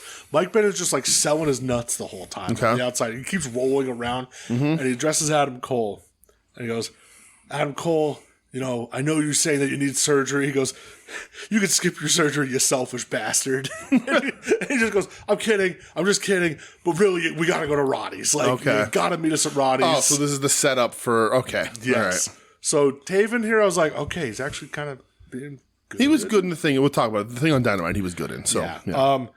I have the little blurb of Don Callis and Prince Nana getting ran up by Alex Marvez backstage. Yep, the fathead catches Nana. And Nana just going... we in the money. Yeah. Do. Yeah. So Nana also fucking stealing. Just stealing these shows every time he's on TV. The best. His dance has a fucking t-shirt. It's brilliant. It's crazy. It's brilliant. So, did you see Swerve talking about Nana this week in the interview? He said, he's like, it's like he's my manager. And he goes, I don't really like having a manager. Mm-hmm. He goes, but this is amazing. Nana's great. And he said it's so nice to see somebody like 20 plus years in the business finally getting that love.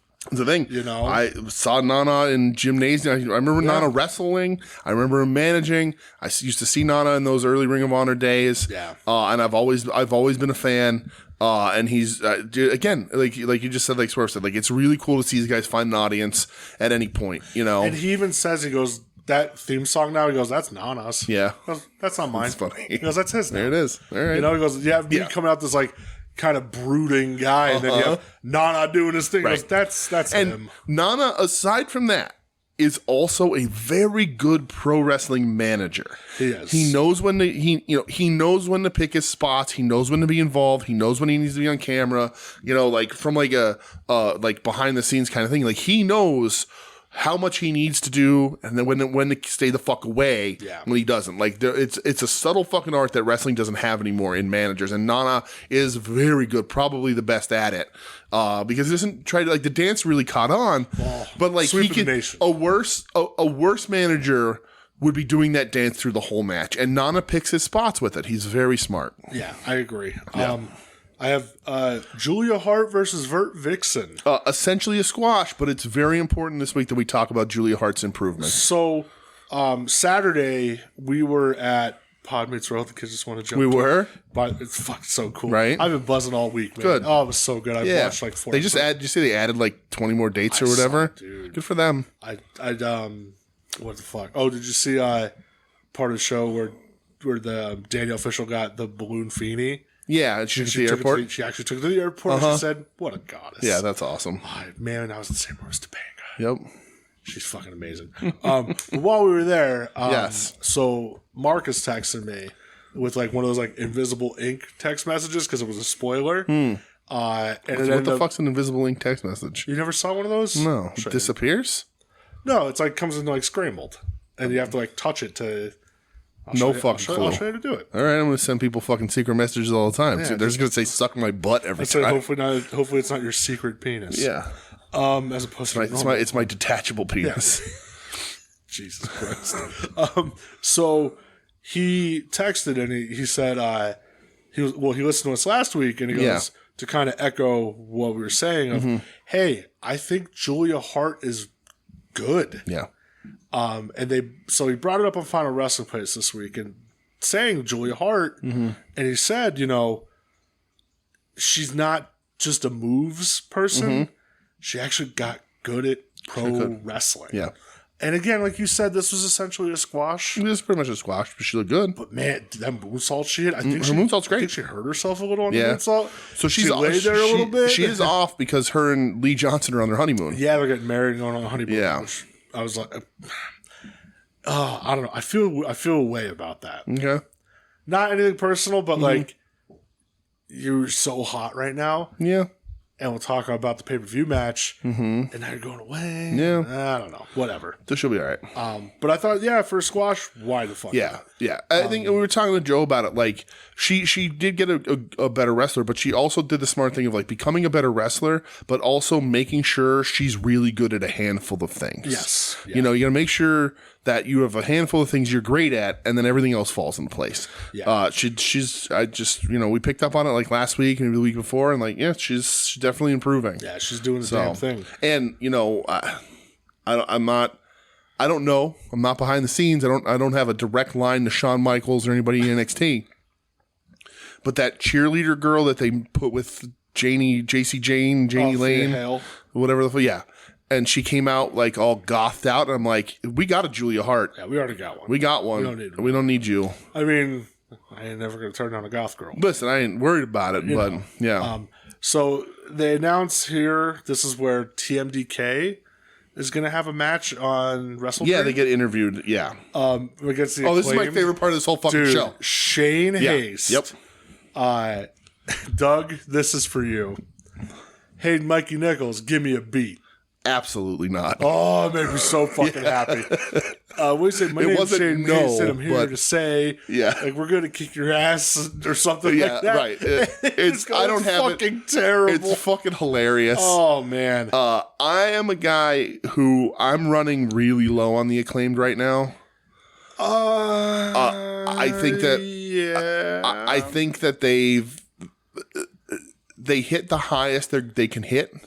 And they got a little fucked over when they were high. They did. Like the AEW didn't use them in the best way. So they tried to recapture that magic with these trios. The guns? Yes. Remember when you're like, hey, they're going to win those titles back, those tag titles back? Yep.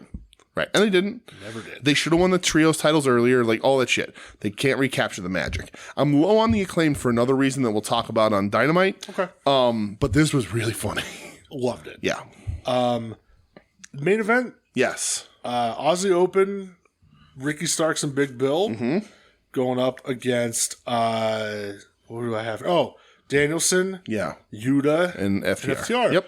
Which with Sabre Jr. on commentary. Amazing. Where he just basically just calls them, what the hell did he call them the whole night? Something. Clam diggers or something? Yeah, Brian Darling. I was like, what a fucking prick he is. Him and Nigel going back and forth was really funny. So good. I thought this was awesome. I thought it was a ton of fun. Nice showcase preview for the pay-per-view. Right. I like the Starks wins. I do too. And I thought this was a great build to Danielson's hot tag. Yeah. They kept him out for a super long time. In Seattle. They did a really good job. And then there's chanting, "We want Brian." Yeah, right. A giant brawl afterwards. The brawl at the end was great. Yeah, this is a really good build up to the pay per view. Sabre and Danielson in the middle of the ring, just jaw jacking and smacking each other. Yeah. So this is what I want to say about Collision. I love, and I said it before, but I love that they bookended the show. Yeah. I thought the opener of Andrade and Juice was awesome. Then the main event was awesome, and that's what you're supposed to do. Yes. Hook fans in the beginning, hope they stay till the end, because that end is the payoff. You Absolutely. know? I thought it was a very good show for Collision. I enjoyed it a lot as well. WrestleDream. WrestleDream, the next thing up. So this was a Sunday pay-per-view. Yes. We're gathered here at the compound at Super Network North. Good time, having a great time as always. Yes. So, for the first time maybe ever, I want to talk about a match from 0 Hour. Okay, good. What won? Claudio Castagnoli. Me too. Versus Josh Barnett. Yes. So in this, we got in the car Saturday night after the Bob World, and we're kind of just catching up on your phones or whatever. Right. And I showed you the graphic, and you went, "Okay." Right. Crazy. Like kind of wild. Right.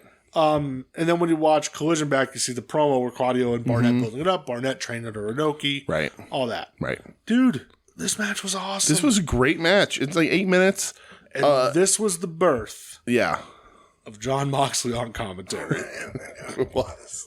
Oh my God. Moxley spending the whole time warning Claudio about how dangerous Barnett is. Yeah. He's like, I train with him, I roll with him, he stretches me, but pops me in the eye. Yeah. And then him, elbow the shit out of him. Yeah. Swear jar. Yeah. Oh, he's so good. But this match was very good. Yeah. You and I very excited about Josh Barnett. I know a lot of people were. Legitimate tough dude, you know. Listen, not an intelligent man. I won't, but whatever. Sure. I'm not going to get into that kind of shit. But like, legitimate tough guy. Almost murdered Jay White. Right. One time, actual, youngest UFC champion of all time until John Jones came along. Legitimate killer. Oh yeah. And now an old man. Catch cam. But he can fucking go. Yeah, and then he does the shoot promo afterwards. That was unplanned, apparently.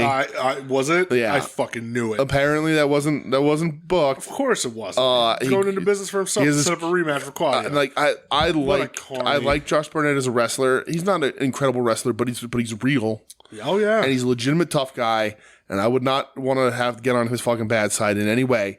Oh, Tony Khan, I know you're listening. He didn't buy fucking Bolt Thrower. The shock of the night. Let me just say this: the shock of the entire night, dude, is sitting on the couch and Joe Sposo just rocking out. I'm talking about Joe a lot this week. Just slipping in his favorite Bolt Thrower song. I said, "What?" Yeah, right. And he goes, "Yeah." And my jaw dropped. Right. Because Joe and I cross over on some music. Sure. We Joe, love old Nine Inch Nails. Not a music head. No, admittedly. self-admittedly. Right. We love Nine Inch Nails. Yeah. I fuck with some Foo Fighters. Yeah. But when he dropped that, you didn't even know what was going on at first. No, I said, wait, what? Yep. He goes, yeah, Bolt Thrower. I'm like, what the fuck? Right. But Barnett got announced for this show, and when we got home from Pod Meets World, I told you I was up all night just watching Bolt Thrower live videos. I was like, I'm going to hear Bolt Thrower. Fourth Crusade's coming through on AEW TV. It doesn't happen. I get it. It's fine. One of the coolest things about Josh Barnett is in UFC, he comes out the Bolt Thrower. Oh, man, it's so fucking sick. But the match is very good, and then he cuts a promo and says that Claudio's real good, probably better than most people realize, and that he wants he goes into business for himself to get a rematch, which I'm going to assume is going to happen at Bloodsport if it happens at all. Some of the fans start chanting Bloodsport. Right. I don't know if Kalanian will do that or if, I think he would, but we'll see. Why not? Moxley does it, so why not? Mox is also a crazy person. That's true. But yeah, I just loved seeing Barnett. Obviously they're not going to bring him back, but for a lot of things. But I don't think he's a bad guy to have in your locker room. No, not at all. So, and he is an actual connection to Inoki, which there's not a lot of people anymore. No. So this show's billed as the tribute to Antonio Inoki. Yes. Before the show, Tony Khan brings Rocky Romero and Shibata and Inoki's grandsons out in the ring, and really is putting over how fucking important Antonio Inoki is. Yeah. Which I know. Listen, I know you're sitting there, you're like, fuck him, I'm a Baba guy. Well, I wouldn't say fuck him, but I did just think it doesn't matter. I'm a giant Baba guy. Yeah. You get a T-shirt that says that. I'm a giant Baba guy. Yeah. I'm just the Baba guy. But then you'd be friends with Okada. Inoki is super important. Baba Chop. Right. Inoki's super important. Yeah, no doubt. But Inoki had some bad fucking ideas. Sure did. And Inoki made people leave his company because he's like, oh, you can't fight for real. Right. He took years off Yuji Nagata's life. Right. New Japan is really good right now and has been really good for a while. But when people talk about like Tanahashi becoming the ace and carrying New Japan on his back for as many years as he had to, it's because Inoki ruined the fucking company. Yeah. Because he started making people in the early mid-2000s start having to fight for real, and you couldn't be in his company unless you fought MMA, and it ruined some people. Nobody did great at it. Well, we've mentioned on the show before that era of guys kind of get forgotten because of Inoki.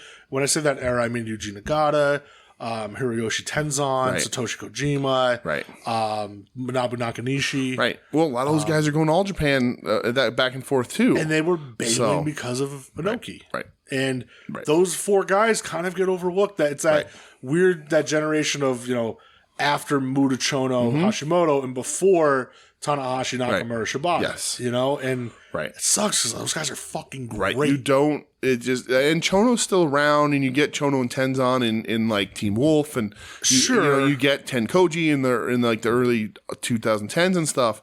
The late 2000s and early 2010s, but you don't have New Japan without Inoki. That's 100% true. Yeah. Japanese wrestling without Inoki looks wildly different. Of course it does. But New Japan suffered under Inoki in the new millennium. It sure did. So pay-per-view matches. Mm-hmm. Eddie Kingston versus Katsuyori Shibata. Yes. This was for the Ring of Honor World title and the New Japan Openweight Strong title. Yes. This is exactly what I wanted. Mm-hmm. Chop battles, kick battles, punch battles. Yes. Kickouts at one, pure strong style. Yes. Eddie wins with the... I think a little more King's Road than it was Inoki strong style. Yeah. Because Eddie wrestles King's Road. So I think Shibata had to wrestle more King's Road than Eddie had to wrestle strong style. I feel like this day and age, man, it's blurred. It's blurred for sure. There used to be very definitive. We used to like one or the other, and that was it. But yes, it is blurred. We've talked about that a bunch. But and Eddie wins with the Kawada powerbomb. Sure does, and rides up on it does the sex pin, if you will. He does the sex pin. He sure does. So I wanted to talk about something that I saw here, and I don't put any actual value in these things, but I do read them. I saw a really interesting thing. It was a John Waters quote, because John Waters got his star on the Hollywood Walk of Fame. He was just a Mahoney. He was being interviewed by Ricky Lake, who he used in a lot of his movies. Ricky Lake's in Hairspray. She's in Crybaby. He used Ricky Lake. Like, she was there for the star ceremony. They're very good friends. And Stephanie Heffernan on The King of Queens for 2 seasons. And she talked about how much he meant to her career. And said and he said, well, you never really got caught up in the Hollywood nonsense. And she's like, that's because of you. Mm-hmm. And she said, because you told me to if I'm going to read the good reviews, I have to also read the bad reviews. That's very smart. Right. And he's like, if I'm going to believe one, I have to believe the other. And John Waters says, here's what I actually told you. He said, read the bad reviews once, read the good reviews twice, and never read them again. Smart. Right? So when I look up matches and I see how Eddie's doing, I'm always curious to see how they're rated on Cage Match. And Cage Match, I think, isn't great, but it's there. We use it because it's easy, right? And this match is highly rated on there. but it's tanked by a lot of people giving it 1s and 2s. And I read them because I'm like, how is that possible? Because for my money, I don't really enjoy watching anybody wrestle more than I like watching Eddie Kingston wrestle. I agree. Particularly in a match against fucking Shibata. Yeah. Man, it is brain removed, for Christ's sakes. That was fun trying to explain that to Michelle. Yes. Explain, wink, wink. Yeah. So... And I read the one review, brain juice. And I'm not going to read it. I don't remember it exactly, but they were just like, Eddie's the worst wrestler I've ever seen. All his matches are just punches and kicks and chops. What's wrong with that? They're like, I don't know why anybody would like this. It's so easy to do. He's not a great wrestler. He just does easy stuff and blah blah blah. And I read that and I was like, oh, you're an idiot. And I can't. You're a dumb. I said I can't hold this against you because. Like, Eddie isn't a bad wrestler. You're just a Eddie dumbass. isn't doing things that are easy. Eddie makes these things look easy. Yeah, for sure. And you then think they're easy. And I said this to Michelle. I said, like, it's like watching a carpenter video. Like watching like somebody build a house. Online. And they're like ripping boards without guides and they're straight cutting, and you're watching and you're like, holy shit, I could build this house. I could do this. You can't build that fucking house. There's no fucking way, dude. You know how many times I've done that? Right. Like, and I agree. You watching Eddie Kingston and going, well, I could do that. It's all chops and kicks. It's all this and that. He's not doing anything special. You couldn't be further from the truth. Eddie is making that shit look easy. Absolutely. That's why you think it's easy. Because Eddie and Shibata are that fucking good at what they do. Yeah. That they're making it look easy. And I've said before when we were talking about Austin, it's very similar. Yep. When Austin got to walking brawls, his health was a factor.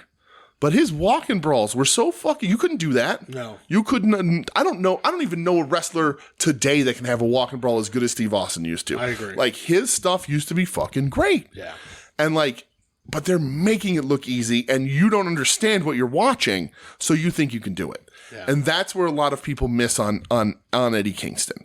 A lot of people can watch Kenny Omega and be like, well, I can't fucking do that. Yeah. You're right. But Eddie makes shit, and Eddie's not doing fucking, one-winged angels and, all that sort of springboard shit. It's not his body style. It's not his wrestling style. It's not his body type. It's none of that kind of shit. But what Eddie does in that ring is brilliant. You're just too dumb to realize that it's not easy. It's a fact. So I'm with you on that. I know you are. So next one that I have is for the TBS title, Chris Statlander versus Julia Hart. Right. Again, banger. One of the better Statlander matches. Statlander's a very talented wrestler. This is one of her better matches. I agree. It really is. And Julia Hart. Julia looked good. She came great in defeat. Full circle. Yeah. The crowd was getting behind Julia Hart. For sure. When she hit the moonsault, we all bought it. Mm-hmm. When she hooked in the Heartless on Statlander, we all bought it. But they did, and credit to AEW, because I don't know how they realized how much better she was getting, whatever it was. But she went and got so much better, and then they put her in some high-profile squash matches, which is what you're supposed to do. Yeah. Right? That's how they used to build it. But they put her in these matches where she looked good, even though they were squash matches. She looked very good. You could tell that she looked like she just looked so much better that when she got in this match, you were like, they might do this. Yeah. Because she looks that much better than we've ever seen her. Yeah. And they don't, and they it's the right move. Stat's not done with this run. Stat's a very good champion. But Julia Hart, she's got a place. She absolutely enjoy your honeymoon, and when you come back, get ready to fucking work. Over the past, 3-4 weeks, I really think that she showed that, hey, I'm not just a background for House of Black. And it's so simple how they built her. The presentation, having her cool song, coming out with Brody as be looking intimidating, but he's not getting involved in the matches. She's doing it herself. Yep. The presentation, the build was so simple. It was just, we're going to have her come out. We're going to have her look good in short matches. We're going to make people think that she's legit, because she is. And then she gets in this title match, and we're going to fool you a little bit. Yeah. It was so easy. Do that with everybody. It's so easy. Yeah, I agree. So easy. Next thing I have is one Mr. Swerve Strickland. Speaking of making stuff look easy. Going up against Hangman Adam Page. No one will ever be as cool as Swerve Strickland. Dude, I mean Swerve... Did you see the clip of him and Ospreay dancing? I did. In the ring to like whatever the Uptown Funk or whatever it was? He said me and Billy used to boogie. Yeah, hilarious. So, man... So this is my first, like, holy shit, you need to watch this match of this show. Okay, yeah. Because I have 3 of them. Okay. This is fucking outstanding. Yeah, it's awesome. If you aren't on the Swerve train yet, I don't know what you're doing. Right. You know, the guy is just so effortlessly awesome. This match was great. Yes. I loved him working the arm of Hangman to try to take the buckshot out of this. So smart. He crushed Hangman with the stomp on the apron, to which then is now one of my favorite gifs on my phone. He hits the stomp, but the camera angle goes by, and Nana's going backwards doing the little shuffle. Fucking amazing. incredible. Yes. And yeah, then there's where Nana comes in as the manager, where he's getting ejected, but he takes his crown off and slides it to Swerve behind the ref's back. Yep. Amazing. Great stuff. I love this match. I thought that this was fucking fantastic. Right.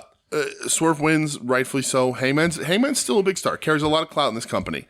Swerve beating him is the right move, but now you got to fit Swerve in somewhere that matters.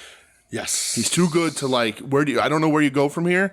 I think typically in a regular situation, you beat a former AEW champion, you get a shot at the title. You would think, but Swerve Max ain't going to be it. You can't, it's not ready. Not right now. Because they announced for, we'll say here, fuck it.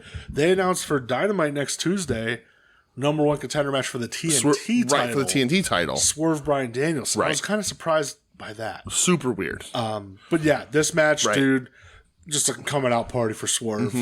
Get on board, please. Absolutely. Because this guy is fucking, he's got it. He's got it all, man. For sure. It's weird because, like, I, in a heartbeat right now, would put him over Dragon. Yeah. I would because Dragon doesn't need a win here. Dragon doesn't need to win the TNT title. No, he doesn't. But you can't put Swerve against Christian. You got to do Dragon. Right, because Dragon Christian makes more sense, but you can't put Swerve against Christian. So we'll talk a little bit more. But I would during Dynamite. Right, some things where don't add up for me. Okay, but I can't have Swerve lose here. I just can't. I can't see it. He needs it more than Dragon does. Yeah. So my next one, and for some reason, this match isn't getting a lot of love, and I don't know why. Okay. Ricky Starks versus Wheeler Yuta. Okay. I enjoyed the shit. It was really good. Short. Yeah. Some people are saying this sucked, and what's the point of this match? This is the death spot. And it's certainly not the death spot. No. The reason why, and I'll tell you, like, what's the point of this match is because Starks is working his way through the Blackpool Combat Club. The problem is, I think, for a pay-per-view match, we all knew Yuta wasn't winning. Yeah. And that, for whatever reason now, people have a hard time sort of turning off and just letting the match happen. Yeah. Because Starks isn't losing here. Everyone knows it. Yeah. But Yuta's great, man. And Yuta's just... And we're watching this, and you pointed out, and I recognize it too, this match was being worked really snug. Real snug. It was weird. Yeah. They were pulling any punches. Right. They're laying their shit in. They were a little mad at each other for a bit or something. Yeah. And again, John Moxley on commentary. Right. But a saint. Yes. Yuta's great. I got fined for what I said earlier. I got to watch my mouth here. Yeah. Well, when he said something and he goes, I blocked my microphone. Yeah, he blocks it. He goes, kick the shit out of him. But every other buddy's microphone picks it up. Yeah. But Yuta is in this role of sort of the whipping boy of the Blackpool Combat Club. Starks is in their cross. So they were like, well, go see what you can do to him. Yeah. That's why it's happening. It makes complete sense. People just don't understand how to process wrestling that's not, you're giving birth to a hand this week.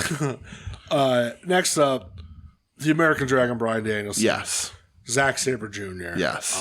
This is a funny pay-per-view.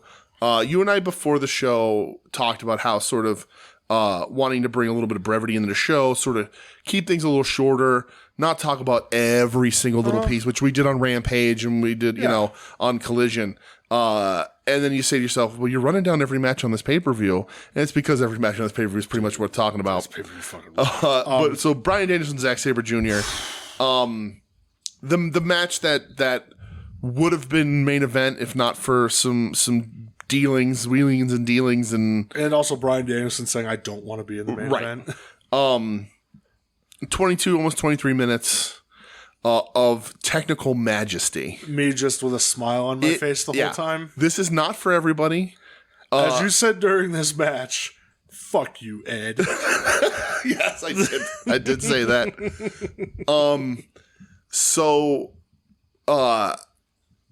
Again, I'm going to quote Joe Sposto because he's a wise man and one of my oldest friends, and I listen to him when he talks, like everyone should.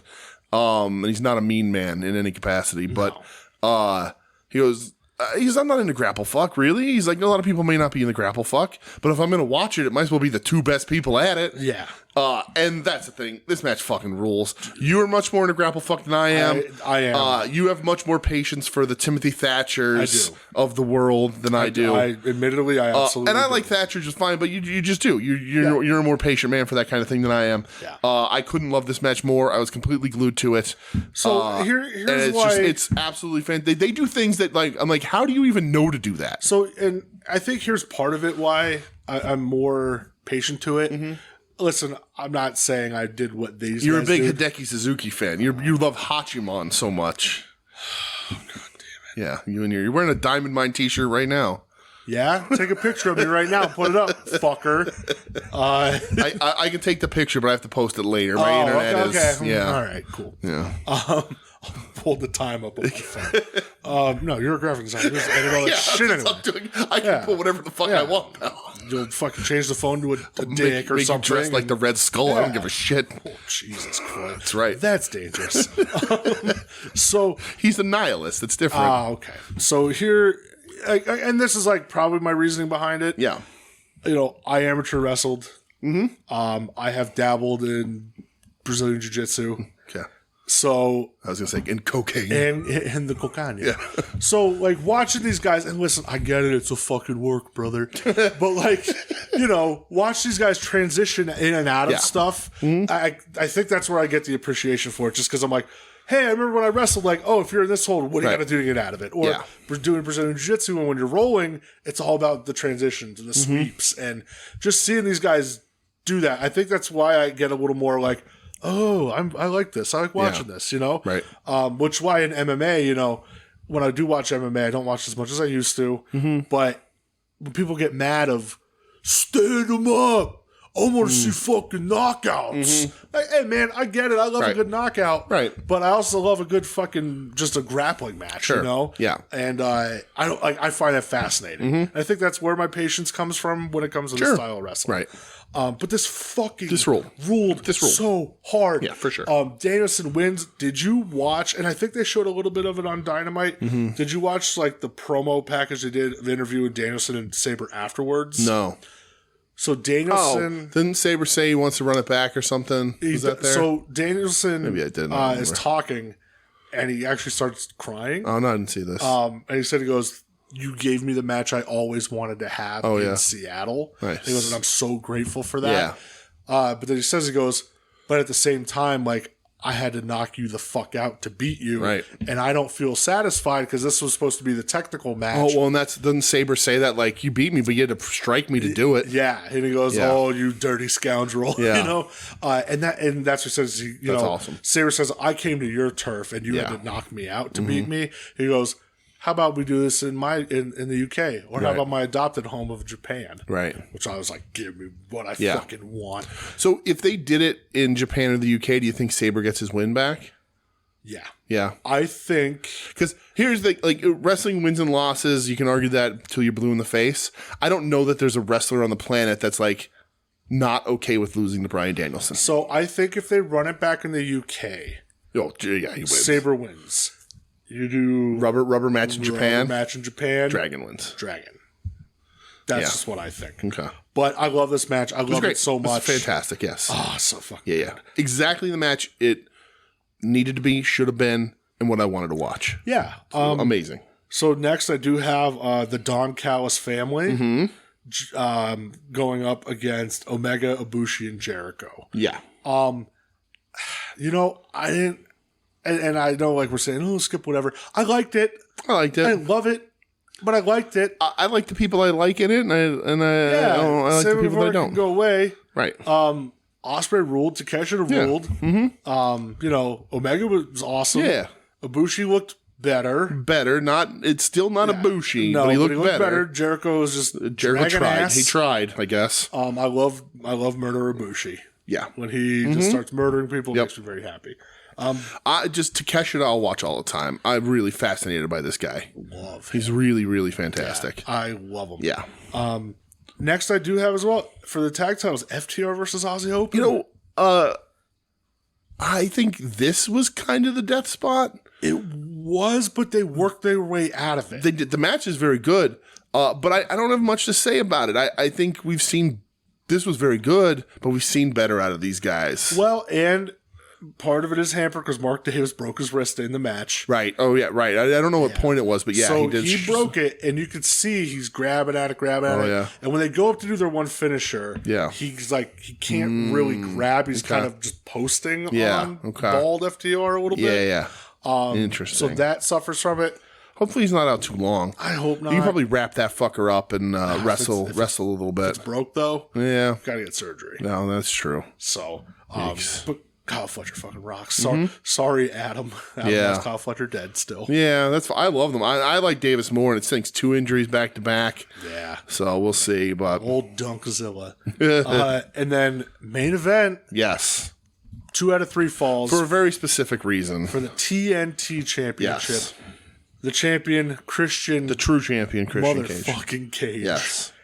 Going up against Darby Allin. So, okay, my second, must-see of the night was Danielson Sabre. Right. This is my third. Okay. This is hey, you should probably check this out. Okay. I love this. This is the longest match of the night, too. And it was 25-25 for the TNT in the year 25-25. I love this. Yeah, I loved every part of it.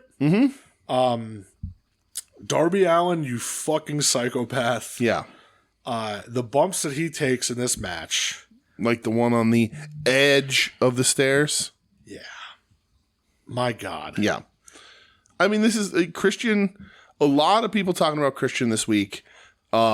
Rightfully so. Somehow I think doing the best work of his career.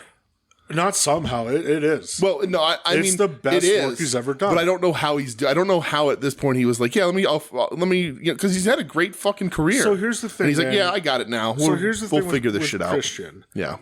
You didn't watch him in TNA. I didn't. His run there was everybody says was very good. Awesome. Yeah. He had a great run. Yeah.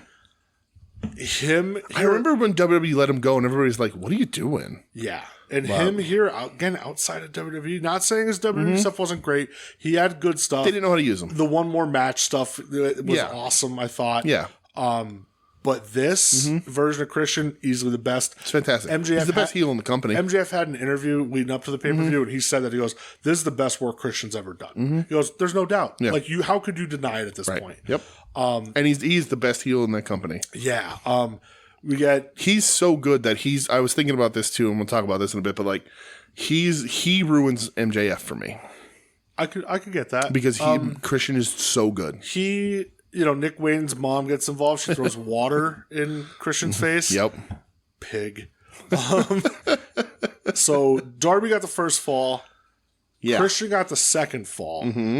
This was after Christian dumped Darby into those steps. Yes. Which was so fucking gross. Nasty. Gnarly. They kept replaying it. And they showed one angle where it does show Darby's arm takes a lot of it. That was the third. It was the third or fourth time they replayed it. You should have never played it from that angle. But still, because every other angle we thought he was dead. I know, they kept replaying it, and all of us were just every angle just going, ugh. Yep. And they played it the fourth time, and I was like, oh, he landed on his arm. They shouldn't have shown that. But it was still gross. It was still really cool. It's like when Kenny takes the head bump. Yeah. And everybody's like, oh, this is really unsafe. No, and then that's the Kenny Omega bump. And then you turn the camera 3/4 of the way and you're like, oh, there's his shoulder and elbow. To which Kenny responded. Kenny responded in an interview about that saying, I'm fucking Kenny Omega. Right, he knows what he's doing. I know what I'm doing. Right. Not like the Young Bucks where they put their hand up on their head 3 minutes before the move hits. So, here's where the ring starts getting torn up. Yep. Shout out Marcus, his favorite spot ever. Out comes Nick Wayne. Mm-hmm. And he grabs the title belt off of Christian and is threatening him. Darby says, do it. And Nick Wayne fucking blasts He held that Darby. belt wrong. When he came out and he was holding it the right way, and then right when like Darby wasn't looking at him, he switched in a hand, and I was like, "That's you put your hand there to hit the guy next to you, not the guy in front of you," and then whack. Yeah, and nails Darby. And what a lot of people are saying, this is the most justified heel turn ever. Yeah, because they're like, well, "Hey, Darby, remember when like Swerve and AR Fox drained all the blood out of this guy, right? And were real pieces of shit to him, and then like a week later, and AR Fox turned on you, Darby. Then a week later, you just take AR Fox back, and Nick Wayne's like, "What the fuck's that all about?" Yeah. So I had a note in here that I did not bring up earlier when Nick Wayne did a promo or something. Okay. And I was like, I don't understand why this company likes Nick Wayne so much. He's a talented kid. He's talented, but he's young. You know. He's got a lot left to do. He's not a great promo. He's good in the ring, but not great. He's got so much to do, like so much room to improve. And I'm like, but every week they find a way to put him on TV. And I'm like, why the fuck are they putting him on TV every week? But then after this pay-per-view, I was like, oh, okay, it's cool then. I get it. You had to put him on TV every week so that this was a giant fucking impact. Yeah. And it was. It was a huge moment when he turns. Crazy. And it makes so much sense. When Christian kisses him on the forehead and like Nick Wayne's mom is like crying. She's like, no. It's so awesome. And like Christian embraces him and is like, I'm your stepdad now. It's so cool. Yeah, just fantastic. So, fantastic work from all those guys. I love this match. Yeah, very good. Sting comes out afterwards, starts fighting off to save his son. Yeah, right? Has to yell at Luchasaurus to hurry his ass to the ring. Sure does. What a shocker. Uh-huh. And then the lights go out. And you see a little like feature presentation, old school thing, which I'm so used to like being at the Mahoning. Right. And then you see this like muscle card. Where we just go, well, you know who the fuck that is. Right. Everybody knows. It's why this match was the main event. Yeah. And then you get the You Think You Know Me. You Think You Know Him. Which is said by Beth Phoenix. It is, yes. And out comes the Rated R superstar, Adam Copeland. WWE let Rated R Superstar lapse in 2020. Fucking stupid. Because they think these guys don't have anything left. How stupid. Though. Right. Like, it's real dumb. Just even for merchandising. Like, you know what it probably is? It's his most popular gimmick his singles gimmick in the WWE was when he was Rated R Superstar. You know what it probably is? And Rated RKO, all that shit. They don't want Rated R. Right. And they're like, no, we don't want that for merchandising. Right. Well, Rated RKO was huge. Yeah, Rated R Superstar. Right. That was huge. Was he the Rated R Superstar when he was showing Lita's titties on TV? Was that sort of when it started? I think that was like right when it started. Yeah. Man, I was just listening to something about that not long ago. There was like an old Brucey episode where he talks about it. He's like, yeah, we had to talk Edge and Lita into that one because they fucking hated that idea. Yeah. It's like, well, no shit, man. Right. So yeah, out comes Mr. Adam Copeland. Yep. Huge fucking reaction. Right. When he was walking to the ring, I said to you guys, this is weird. It's just weird. Yeah. That's a WWE lifer. Right. He's been there since what, 98? He said 23 or 22 years. He just had his 25th anniversary or whatever of WWE. Yeah, I think he's at 23 years or something. So, weird. It's weird. It is. So, this is interesting. This is a big talking point where this might take a little bit of time. And this is great. He gets to the ring. He does the save.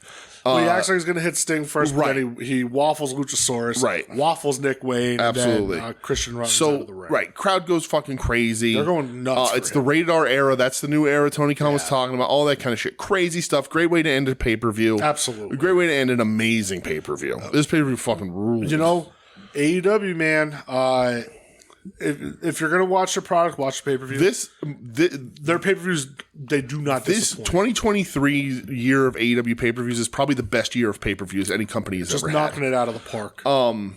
So, I want to talk about Edge, right? Y'all don't like Edge? I don't. Right. So, we've talked about this. This isn't something that I've shied away from ever. Edge is if he's not a tag team guy, to me, he's a mid-carder at best. I never felt him right for the world title. I never felt his presence was there. I never felt his wrestling ability was good enough. He's fine. But like I just never saw him as a world champion. I love Edge and Christian. I like a lot of the stuff that he does. But, like, I just always looked at him as a upper mid-card guy. Intercontinental champion is his peak. That's his ceiling. That's where he belongs, and he'll be great at it, and he'll have a 20-year career at it. Great. WWE did a lot more with him. WWE did a lot with him when they were down, though. Right? He was on top of that company when the company wasn't as big as it, you know, could have been or had been. I don't know that he... Him and Cena, they had a long feud. But I never saw him as a main event guy. I still don't. Right? But this is such a good fucking signing by AEW. It's such a no-brainer. Slam dunk. We talked sort of last week or the week before about Jade and how even though there was nothing for her to do left in AEW, I would have paid her money to keep her. And she kind of came out this week and said she turned down WWE's first offer. Yeah. And then WWE came back with a lot of fucking money.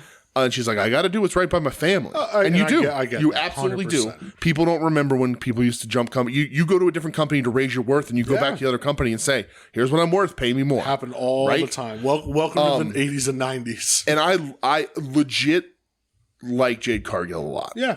Right? I'm a bigger fan of Jade Cargill now than I ever was of Edge. Sure. But if we're going to swap Jade Cargill for Edge in 2023, I will take that deal 10 out of 10, 100 out of 100 times. Yeah. He's 49 years old. Yep. But he's got 7 good years because his neck took him out for a while, however long it was. It was a long time. This is such a smart signing. And he came out, and did you see the thing he posted on Twitter to WWE? Great message. And basically said, like, I love it there. Of course, that's what I do. That's where I've been. That's everything to me. But he said that when they were talking, they viewed him as a part-timer. Yep. And he doesn't want to be that. No. So he went to do what he wanted to do. And he's elaborated on that a little bit more. He did at the presser, he sort of said he said, I'm not a part-timer. Yeah, he goes, and Tony Khan said, he's wrestling. Like, he wants to wrestle already. He's full-time. He's going to be here. He joked about asking his wife, "Did you see the note he left Beth on the fridge?" Yeah, he said he asked his daughters, "What should I do?" And they're like, "Go have fun with Uncle Jay." Yeah. Exposing the business, you son of a bitch. But like a lot of people throwing away their Edge Ultimates, again, not understanding boycotts. You already paid for it, you fucking idiots. Yeah. I saw people burning their elites, throwing away their Ultimates. And it's like, once again, are you hoping Edge just sees that and changes his mind and goes back? I don't understand what your fucking point is. But anyway,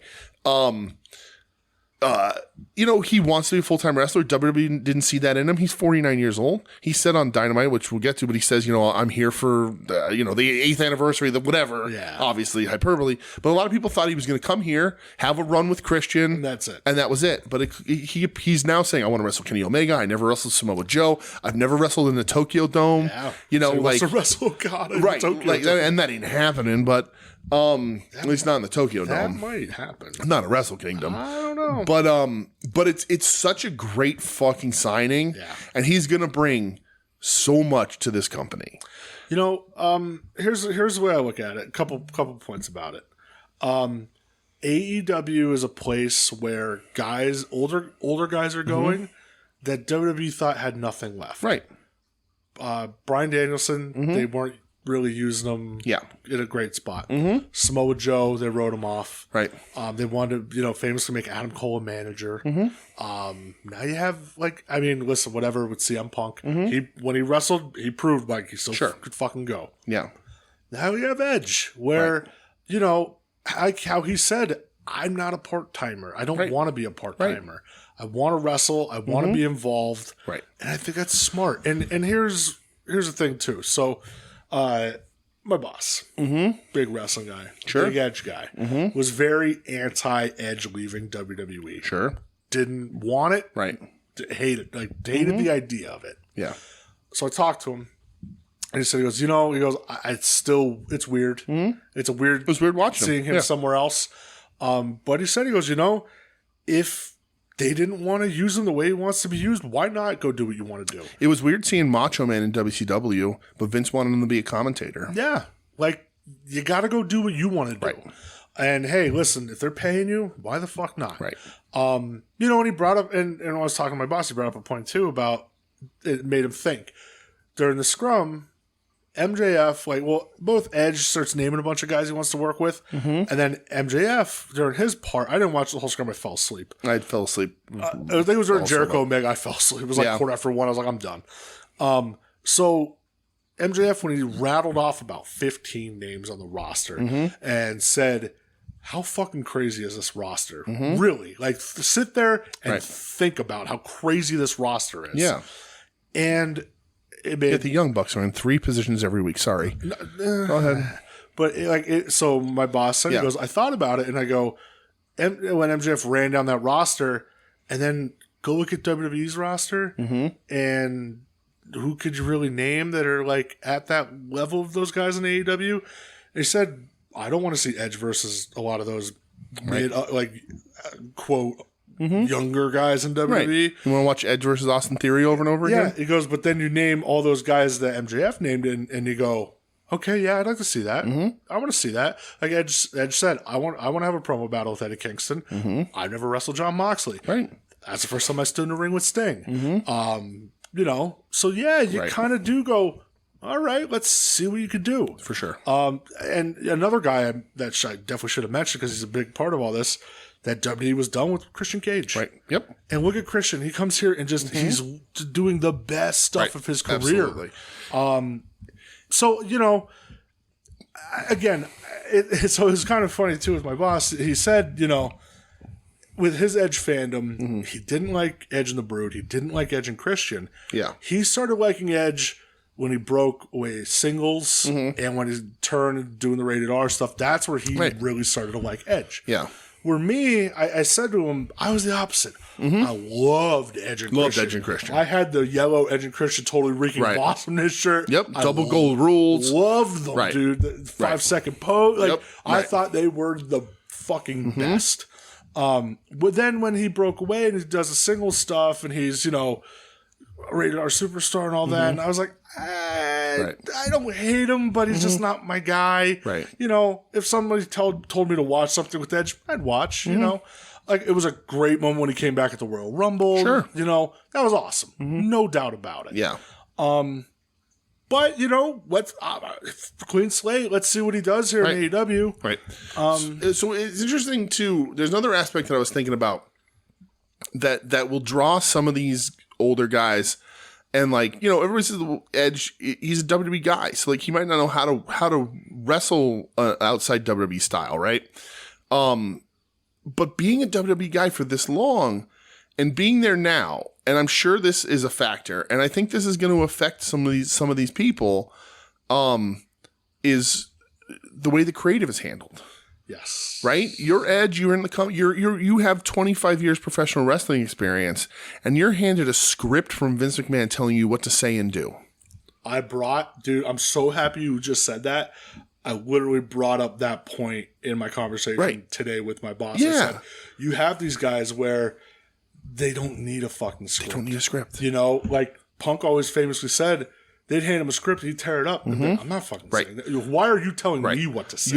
Flair always the same thing. Tony Khan is giving you a direction. Here's what I need you to get to. Yeah. Get there. Here may be a couple bullet points, but do what you want. And so some of these people aren't going to have that, right? Jade Cargill might love getting everything scripted. Sure. Bianca Belair wasn't a wrestler. She was a track star. She might love getting a script. You know, there's some of these people like Miz, who knows? Like some of these people may love getting a script. Did you see that clip of like what Miz said on Raw this week to Drew McIntyre? Like was it like I'm glue or whatever? I'm rubber, you're glue. Something of that vein. Yeah. He's like like when I show up, I grow up. Oh yeah, when I look at you, throw up. Like so bad. Who the fuck is that for, man? Right. So like that's a huge factor in people maybe wanting to come over to AEW. And here's this is kind of the last thing I'll say about Edge, and we can move on. And it's a bit of a stretch, but I'm going to make the comparison anyway. Okay, seeing Edge in AEW is a little bit like seeing Tom Brady in a Tampa Bay Buccaneers jersey. Yeah. He's not Tom Brady. He's not the Tom Brady equivalent of a pro wrestler, right? Not, no. But there were aspects of the Patriots that felt that maybe Brady didn't have it anymore. Right? Yep. And they let him go. And he only went on to win a fucking Super Bowl next year. Right. And Edge is 49 years old. Edge held the title a whole bunch. Does Edge have 7 Super Bowls in him like Brady did? Super Bowl wins. Yeah. Like he did in New England? Did he have that in him in Tampa Bay? No. Does Edge have what he was on top of WWE right now in AEW? Probably not. But I bet you he can muster another Super Bowl and some good fucking games. I bet he can. And I'm not expecting him to be here for 10 years. No. Right? But I'm expecting him to elevate a lot of people in the next 2 to 3. Yeah. I think he's going to have some good fucking matches with some cool people, matchups you've never seen. And then him and Christian are going to go out riding off into the fucking sunset with a great fucking run. Yeah. Having fun. So it's just really interesting. It's seeing, it's seeing any sort of sports guy switch his jersey and being like, wait, what's going on here? This looks fucking weird. Yeah. It's, that's a tough one because Barkley was good on the Suns too. But but it's seeing, it's seeing Michael Jordan in a Wizards jersey, although he's not Michael Jordan of wrestling in any way. But it's weird seeing these guys in the jersey you don't remember them playing in. It's Patrick Ewing in an Orlando Magic jersey. Exactly. It's shit like that. Yeah. That's a really good one. Yeah. It's weird, but he's gonna have some good fucking games in there. And he's gonna Olajuwon in a Toronto Raptors. Right. Jersey. He's gonna have some good plays. He's gonna do some cool shit. And we'll see what happens, Yeah. It's Jimmy Butler with an emo haircut. What the fuck? Dude, he's a weirdo. He lost his mind because he don't get to play with Damian Lillard. I love Jimmy Butler to death, but yeah. he's a weird guy. But it's gonna be interesting. Yeah. And this is the most excited I've ever been for Edge. So we'll see what happens. Especially because on Dynamite. Yes. Let's go to Dynamite. Let's move on. A long episode. We'll address it. The sound issues last night. Oh, man. That was a fucking problem. I got mad. So they're blaming TBS. Yeah, that's 2 weeks in a row they're blaming TBS. Right. I don't care who you blame. This was your 4th anniversary. Yeah. You should have this shit figured the fuck out. Yeah. Come on now. Come on now, Tony. In the words of Big Cat, figure it out. Yeah. It stinks because it gives the haters something to focus on no matter how good the wrestling is. And how good the show is or how good whatever is, you can just go, but yeah, but it sounds like shit. How come they don't, WWE doesn't have these production issues? Yeah. I like the little intro thing where Renee's interviewing Omega and Jericho backstage. And nice to see you, Chris. Yeah, and that was fun where he's like, boy, this is real Canadian, isn't it? Uh-huh. And when Ed showed Adam Copeland. Whatever. Yeah. Okay, it's going to take me I'm going to call. He's edging all my notes. It's just what it is. So the first thing I have here. The only way I wouldn't call him Edge is if it was, oh my God, that's Sexton Hardcastle. Which he does mention in the presser. He needs to do that. Yeah. So first match I have is the return of Wardlow. Yes, because absolutely. That's because we got a Cole and Roddy segment we couldn't hear. Yeah, so they come on, they're like, okay, we're going to replay that later. I want to spend so much time talking about why the Young Bucks are Ring of Honor Trios champions, #1 contenders for the AEW tag titles, and the one is wrestling for the fucking international title. But I'm not going to, but it's garbage. Yeah. There are so many other wrestlers you can put in those positions. But anyway, Griff Garrison gets fucking destroyed by a new haircut Wardlow. Looks like a machine. Who looks really pissed off when he leaves. Like, why aren't you using me more? He power bombs Griff Garrison 3 or 4 times. And it was scary power bombs. Yeah, Griff Garrison earned his paycheck. He sure did. So for maybe the first time. Wardlow's back. Yeah. So here's where we will talk about. They replayed the Roddy bit. Yeah. So Cole at Roddy's house. Cole was standing outside the house and you just heard Adam. Oh my God. Yeah. It's so fucking funny. He wants Adam there because he needs Adam to move furniture. And he gives Adam a knee scooter. Yeah. And the fun Roddy rolling around in his scooter and Cole on his throughout the house was so fucking funny. Yeah. With Matt Taven slowly petting that looking like a creep. Yeah. This is what I wanted to praise. Taven looks like a creep in this one. Very so weird. Yeah. Yeah, then has him move furniture around and stuff. Yeah, it's super weird. Oh, it's so fucking weird. Yes. And I was like, okay, I'm done. I have to go get surgery now. Yeah, right. So Cole did mention on his Twitch that he has to get 2 ankle surgeries. I'm sure. He said like it's pretty fucked up because this is the worst injury I've ever had. Yeah. Which is so crazy. It's rough, man. He's gonna be out a long time. They're gonna have to figure something else out. As being an ankle injurer myself, they're not fun.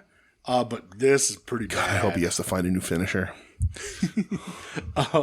Next thing I have, Acclaimed versus Butcher Blade and Kip Sabian. No, I didn't watch it. But I do want to address something with the Acclaimed. So I said earlier, like, I'm sort of over them. I think a lot of people are. Yeah. The scissoring works. They're whatever. I think they reach as high as they can reach. They got a little fucked over and sort of AEW thought they can recapture the magic by giving them the trio titles, and it doesn't work. Yeah. The weirdest thing is that this is like two weeks, maybe 3 shows in a row that they're on, where Caster makes some questionable jokes about guys like sucking each other off or rubbing their knobs and shit. Yeah, but it's right. But like, also your tag partner is an openly gay man, so I don't know. It's lazy. His raps have become real lazy. But his whole shtick online is how MJF's his boyfriend. I don't know. Okay, but I don't pay attention online. Well, because they even talk. Well, they do the thing. Brings it up later, right? But that still doesn't that doesn't come quite across as well if you're not following that shit. That's just the same thing of being like, well, they did it on the BT on Big Neil. I don't give a shit. I just think they were a little lazy, and I think coming out and with your partner who's openly gay and being like, well, you guys suck each other off, is a little weird and lazy. But I'm just over them. I don't think that. I think the magic's gone, and it's mostly Tony Khan's part. Their fault. Could be. So, Tony Storm, the final installment of Portrait of a Star. Amazing. Here's what she's timeless. She finally figures it out. Fuck. I'm gonna miss these. I hope they do more of them. I hope they do more of them. They should keep doing these. This wasn't the last one because god damn it, right. If she doesn't have a match, she needs to have one of these on TV. Yeah. Next thing I have is Bullet Club Gold coming out to the ring and calling out MJF. The Guns die a fucking death at the beginning of this promo. Yeah, they're better as background characters, not main characters on the mic. They die a fucking death. Yeah. And this crowd is pretty hot, and they're like, we don't want any of this. Yeah. But then Juice calls out Max. So people get behind him. His little ass. Right. Max comes out, calls Juice a talentless taint, and gets the tofu talentless taint, which I don't like at all. The tofu sucks. Tofu sucks. Yeah. Talentless taint only works because Juice sells it in the best way possible by shaking his taint on national television. His taint. Yes. And I got a rock hard taint. Which is probably a medical issue. And then showing the fucking hammer. Yep. Showing how rock hard he is. But like, somebody should have stopped Max from saying something that would allow Juice Robinson to just scream taint on television, because that's what you can actually run with. That's what Juice can run with. This is what I came out of this was, they're saying taint on TV. Juice rules. Juice saves this. I love the little sneak attack. I love it when Jay comes in. So that's where MJF was coming to the ring saying, I'm going to kick all your asses. And you're thinking, oh, he's going to get stomped out. Right. And all the Bullet Club Gold bails, and you're thinking, well, why? Right. And then Switchblade hits him with the Blade Runner. Right. He steals the Triple B, sets up for Title Tuesday. No, right? It's not Title Tuesday. Oh, no, it's going to be at the pay-per-view? No, so here's what I brought up before about certain storylines. Okay. So Hangman's facing Bryan Danielson randomly in the #1 contender for the TNT title. Okay. And then later in the show, they announced Switchblade versus Hangman. What? Yeah, for Title Tuesday. Why? Don't know. Then when is this match? They say they're going to... Maybe did they set for a pay-per-view? Full Gear. Yeah. Oh, so for the next pay-per-view. Yeah, it was November 18th. That's weird. Right? Well, and especially weird because they don't build on the ninja thing. Like, they do. Because they say it's MJF. Right. They say it's MJF, but like they don't do anything further to debunk it. And maybe you spread it out because you have so much time. Yeah. But like I would have shown them again somewhere. Not jumping anybody. Yeah. I would have maybe them taking out one of the guns or something, and just like because and then further sort of, is it MJF or isn't it? I would keep showing them. You have you almost have the devil working in the shadows. Right. Something. Yeah. You have, if you're going to work this angle that they think it's Max and it's not. I think you have to show them in some capacity, at minimum every other week, or you lose the heat. Yeah, I agree with that. Yeah. But yeah, that's where he. But so it's Switch versus Hangman. Yeah. So Hangman's gonna lose again. Probably, unless Switch is already has Switch gets jumped by the devil. Oh, that's true. You know. Because if Switch has a title match already, he can't lose until that title match happens. He'll look like a fucking chump. Yeah. Okay. Weird. I know. But having the thugs jump him and sort of make it look more like it's Max, even though it's not. Yeah. That's probably what it's going to be. Okay. Yeah. I'm fine with that. For some reason, I have. Oh, I had this written down as piss taunt because. He does the dog piss taunt. MJF's laid out. Yeah. Juice does the dog piss. Right. He does the thing that. On him taunt. He does the fucking good. Odell Beckham Jr. get fined from the NFL for doing that taunt. Remember when he did that? Oh, I sure do. He did it against the Eagles and the Eagles won. Mm-hmm. So then you have. What a fucking curse that guy ended up being anyway. Brother, we can talk about your Giants. What a mess. So Orange Cassidy and Hook. OC misses his belt. Yeah, and Hook's like, it should be you getting the match against Phoenix, not Moxley. Because Title Tuesday, Moxley versus Phoenix for that international title. Yes. Moxley better obliterate this motherfucker. Absolutely. And they offer Renee chips, and she says no. Mm-hmm. And then Excalibur goes, yeah, she eats those weird ketchup chips. Oh, yeah. We know that, if you know Renee, you know she only eats ketchup chips. Gross. So next they have is Omega and Jericho against the Don Callis family, which is just Konosuke Takeshita. And since Sammy Guevara's not cleared to compete. Very weird. It makes me feel like he probably popped hot for COVID. Yeah.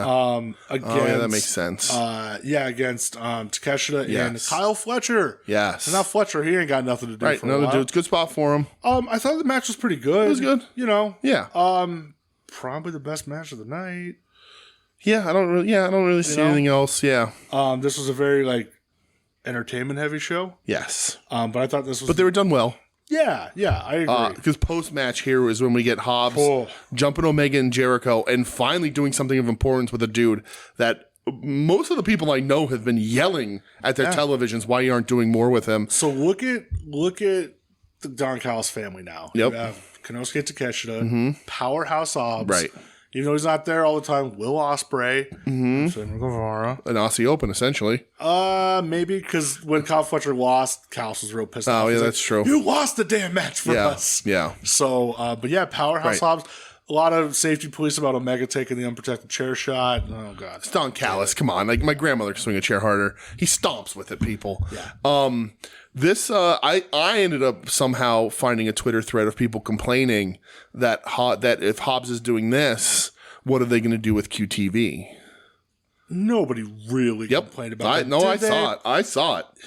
I saw it. That's Ed's that's Ed Hayabussy's next target on Twitter is people that want fucking QTV and Hobbs to be a thing. But yeah, I love Hobbs. I hope he gets to do a ton of shit. I hope him and Takeshita just wreck fools. Dude, what a powerhouse tag team that is. Absolutely.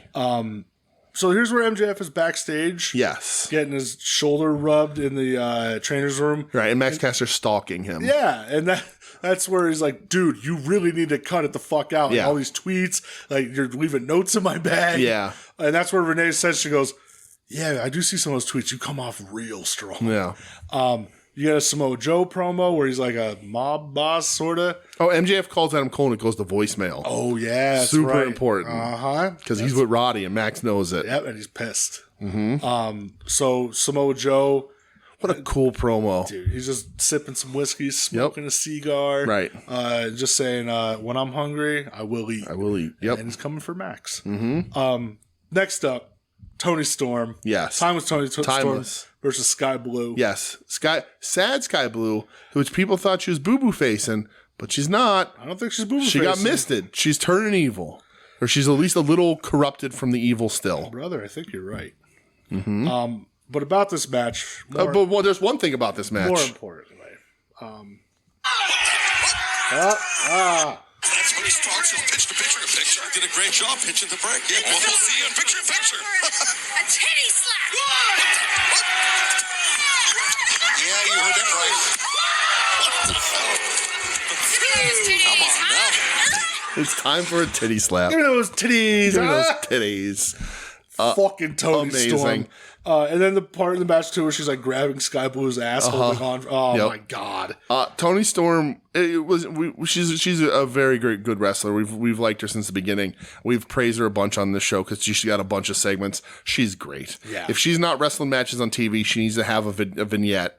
You can't just let this fucking thing drop. She's too fucking good right now. Yeah, she's figured it out, and she it's beat awesome. Sky Blue. Yep. So yes, strap the rocket. Right. We get the 4-way announced for the Ring of Honor. Yeah. Number one says contender. He wants the champion. It looks like he doesn't eat a Burger King and smokes Newports. Right. It doesn't smell like Newports or whatever. But Eddie's gonna be on commentary on Rampage, so that's I'll watch it just for that. Just for that, because the one guy in it I don't give a shit about. Yeah. And the main event is Edge. Adam Copeland addresses the crowd. Yeah, I love when he's in the ring with Siobhan. He says, "I love you, Tony. I grew up. You're the voice of my childhood." He goes, "But at the same time, there's my ring, so you got to hit the bricks, bud." And Tony definitely does. When he is saying to Christian, like, "You beat up Sting."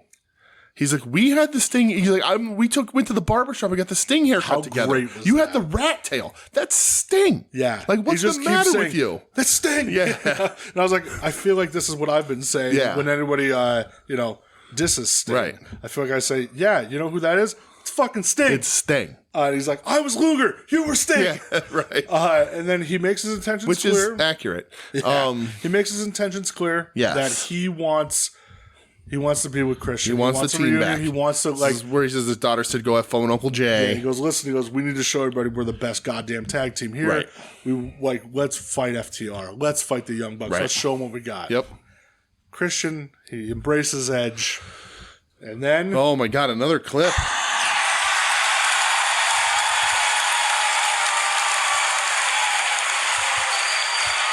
Go fuck yourself.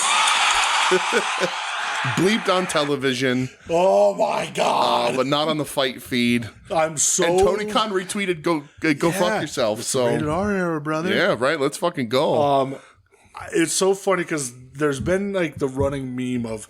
It's a picture of Edge and Christian side by side and Edge's big, long-winded promo. Yeah. And then just Christian's, your dad's dead. Yeah. Like, it just shows Christian needs to say 3 words to just be... Everything Edge said, just, I'm Christian Cage. Like, fantastic. I loved it. What a fucking ending. Yep. Great promo from Edge, heartfelt, whatever.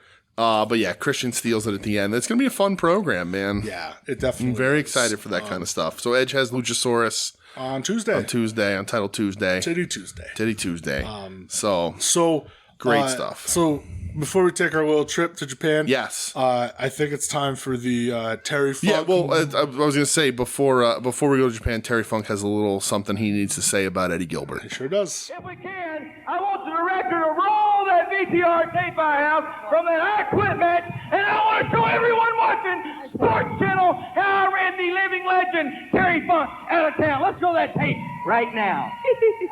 Stop the tape right now. We're not going to show that tape. We're never going to show that tape. You did not run Terry Funk out of the ECW. Terry Funk is still in the ECW. He's back in the ECW. And Terry Funk has something to say directly to you, Mr. Eddie Gilbert. Now, I know you a lot of years, Eddie Gilbert. Terry Funk too many. Yeah. Let's hear what Terry Funk had to say right now. No, I'm not thank you. I'm lit. I'm out here to do this. You know, I've been riding all morning long out here on the Double Cross Ranch. I rode 10 miles in every direction, and I have been looking for Eddie Gilbert. Eddie Gilbert, Hot Stuff, is supposed to meet me out here on the Double Cross Ranch so I can explain to him the rules of a Texas chain match massacre. Let me tie up my horse Clyde here, and then I'll see if I can't find Gilbert anywhere around. Come on, Clyde. I've been looking high and low for Eddie Gilbert, and I can't find him anywhere. I've looked all over this dadgum Double Cross Ranch. Oh, there you are. It's so good to see you, Hot Stuff. Now I would like to explain to you the rules and the regulations of a Texas chain match massacre. Are you ready to listen? Are you? Well, I hope so, Hot Stuff, because you realize there's no stopping because of blood in a Texas chain match. Falls do not count. There's no count outside of the ring. no count on the floor, no time limit. There's only one way to win the match. Do you understand that, Eddie? I certainly hope that you do, because how you win the match is you have to pull your opponent around to 4 corners in succession. Both of us will be chained together with this 8-foot chain, Eddie, and I'm going to pull you around to uno, dos, tres, and cuatro corners, and the match will be over. Now, you tell me what you think about that, Eddie.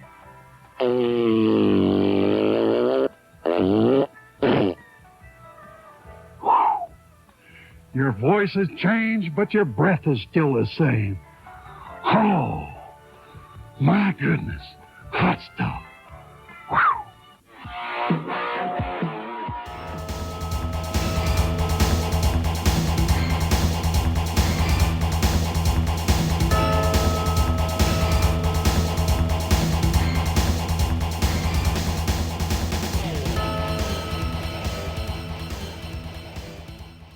Look at us. We're in Japan. Hey, we're certainly here. Thank you for those words, Terry. Your horse's ass. That is a promo that's very important to watch. It's more visual, but you get the ending line is one of the best things Terry Funk's ever said. Yeah. But it's very important. If I remember, we'll post it. Very important to see that visually, because Terry is talking to a specific part of his horse. Sure is. Well, he's talking to Eddie Gilbert. Yeah, I mean, he was had to go talk to his horse Clyde. First. Right, and then he talks to Eddie Gilbert. Yeah. They even put Eddie Gilbert's name up on the screen. So Japan, it is a little bit of a light week. Light week for me. For me, lighter than you. Yeah, I know that. Although I'll show you my phone here. So there's my Stardom note right there. Okay, because I watched one Stardom match. Here's my Pheromones notes. Oh, Jesus fucking Christ. So. That's way too many, man. Is it? It's not. That's way too many. No, it's not. I promise. Well, go off, King. Okay, we're going to start here? Yeah, because I'm not going to know what you're talking about. So, see, even the cat in the background is freaking out because I said Pheromones, because she knows. So, DDT, I forget what the show was called, but it was advertised as the final Pheromones match. They're done. They're calling it quitski. I don't know what they're doing. There's no English commentary, so I don't know if they're retiring, if they're changing gimmicks, if they're leaving. Switching it up. I have no idea. But this is the final Pheromones match. It's a 3-on-4 handicap tag match because Shining Ball Koju Takeda has a calf or ankle injury and can't wrestle. So he seconds them to the ring. I don't know which one that is. He's the one that's to me the least recognizable. Okay. But they wrestle Akito, Yuki Ueno, Mao, and Toi Kojima in a 3-on-4 match. So here's I actually have it here. It says the final Pheromones match that will headline tomorrow's show has a slight change to it. Koji Takeda has a calf injury; he's not cleared to wrestle. He will still be there, so the main event is now a 3-on-4 handicap match. Okay. So we haven't talked about the Pheromones in a little while. They've been doing their thing. But I felt this is very important. This is their final match. I have to give them the proper Pheromones send-off. You sure do. One of my favorite acts of 2023, which is sort of when we discovered them. I love Pheromones so much. And by the way, so this match is Yuki, Sexy Ino, Danshoku, Dandy Dino, Yumihito, Fantastic Imanari. So Sexy is the guy who has the zipper that runs in between his legs up his crotch. Okay. Dandy is the guy in the pink loincloth. Sure. Okay, my favorite member. Okay. And Fantastic Imanari he's got like the ponytail, he's got the tan, he's in pretty good shape. The guy who's out, Koju Takeda, he's like the smaller guy. But anyway. So they wrestled, they're doing their thing, they're doing their dances, the entrance, everybody's super pumped. It's Pheromones. And they get in the ring, and Dandy is doing the gimmick where he has taken off his loincloth and is now just in a G-string. And he's like rhythmically squatting over his opponent who's on the ground. And he's squatting, and like the crowd is clapping, and it's like, they're like clapping along with time. And Mao comes in to hit the save, and we love Mao. Mao is great. Mao's great. And when he comes out to the ring before the match, he's a little disturbed that he has to wrestle Pheromones. Sexy cuts off Mao and chants sexy in time with the squats. So sexy, sexy, sexy. And then they march around the ring. Like they get in essentially a conga line and march around the ring to sexy. which Mao joins and switches teams. So Right, Mao joins Pheromones at this point in the match. I like that. Okay. I get down with that. So, and then there's a point. So Mao's team then is mad at him for leaving. So they're beating him up, and he's in the ring. And every time he takes like a hit or in the chest or a chop or a punch, he like sells backwards and turns. And Sexy, who has the zipper crotch, but he has like a full singlet, like he has like the shoulder straps and whatever that he takes off to reveal like his jock strap underneath. Every time Mao gets chopped, he turns around and falls into Sexy and accidentally pulls one layer of clothing off of him. Okay. So he gets chopped by the one guy and he sells and the one strap comes down. And then he walks back over, gets chopped, sells, and the other strap comes down. And then he gets hit a third time and he drops to his knees. And as he drops to his knees, he pulls Sexy's singlet all the way down so that he's just in his G-string. Sexy's also the one that you see his butthole the most because it's not a G-string, it's a jock You strap. see inside that man. Yes. So Sexy's then entire butthole is out, which is a thing that happens in Pheromones matches. Mao then gets like teamed up on by his other team and gets hit so hard that he again switches sides and is now with his original team again. They set up the stacked butts in the corner, which everyone knows is the one guy's in the corner with his butt facing out. The other guy gets on top of him. So it's two butts and you're going to Irish whip the guy in the corner and then he's going to get his face rubbed into both butts. Of course. Fantastic goes to do that. He gets reversal. He gets the stacked butts in the face. So the stacked butts in the face. Pheromones foiled at this point. And then one of the guys from the other team does a 10 count in the corner butt chops. And he just like the countdown chops in the corner, but it's to butt cheeks. Amazing stuff. Fantastic is getting hit and music hits. And I don't know who this is, but another man comes out in a jock strap. I don't know who he is. He's in shape. The crowd pops real huge. He comes out to help Pheromones and Mao gets the stacked butts in the corner. It's just hilarious. It's so weird. New guy leaves. They get tables. And then they do the seesaw rope spot. So Shining Ball, who's on the outside, who's hurt, is distracting the referee. They take a very thin table and put it into the ring over the bottom rope. So it's like a seesaw. And Dandy or Sexy stands over the guy, over his opponent, who is now half on the seesawed piece of wood. Mm-hmm. And on the outside, they're pulling down on it. And as they pull down on it, the guy who's sitting on it gets propped up into Sexy's crotch. Okay. And they do that about 10 times. So that happens a whole bunch. And then a spotlight goes on the referee and you hear voiceover, which I think is supposed to be his inner monologue. I don't really know, but it's very weird. This is very weird. It's very weird. Mao escorts the ref out. They get another ref in, who then Mao kills. He like walks up behind him and like does like the snap your neck motion. That referee falls to the ground. We get another ref. He gets taken out. They do the thing. So Pheromones set up the spot in the match that they do. Now they're hitting all their greatest hits. They're going to hit every spot. So they'll beat up their opponents and they'll sit them in the middle of the ring back to back. But it's like three or four of them in a circle facing out. Mm-hmm. And what happens is then the Pheromones will stand over them, butts facing in, and then they'll walk in a circle dragging their butts across everybody's face. But the referee that came in gets beat up, gets 2 G-strings stuffed in his face, and then becomes part of the circle, stuffed in his mouth.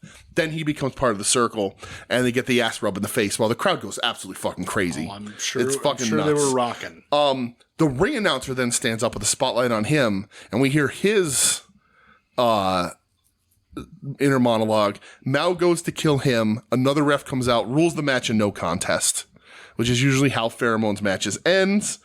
Then the ring announcer or whoever he is gets into the ring and has an impromptu match with Sexy.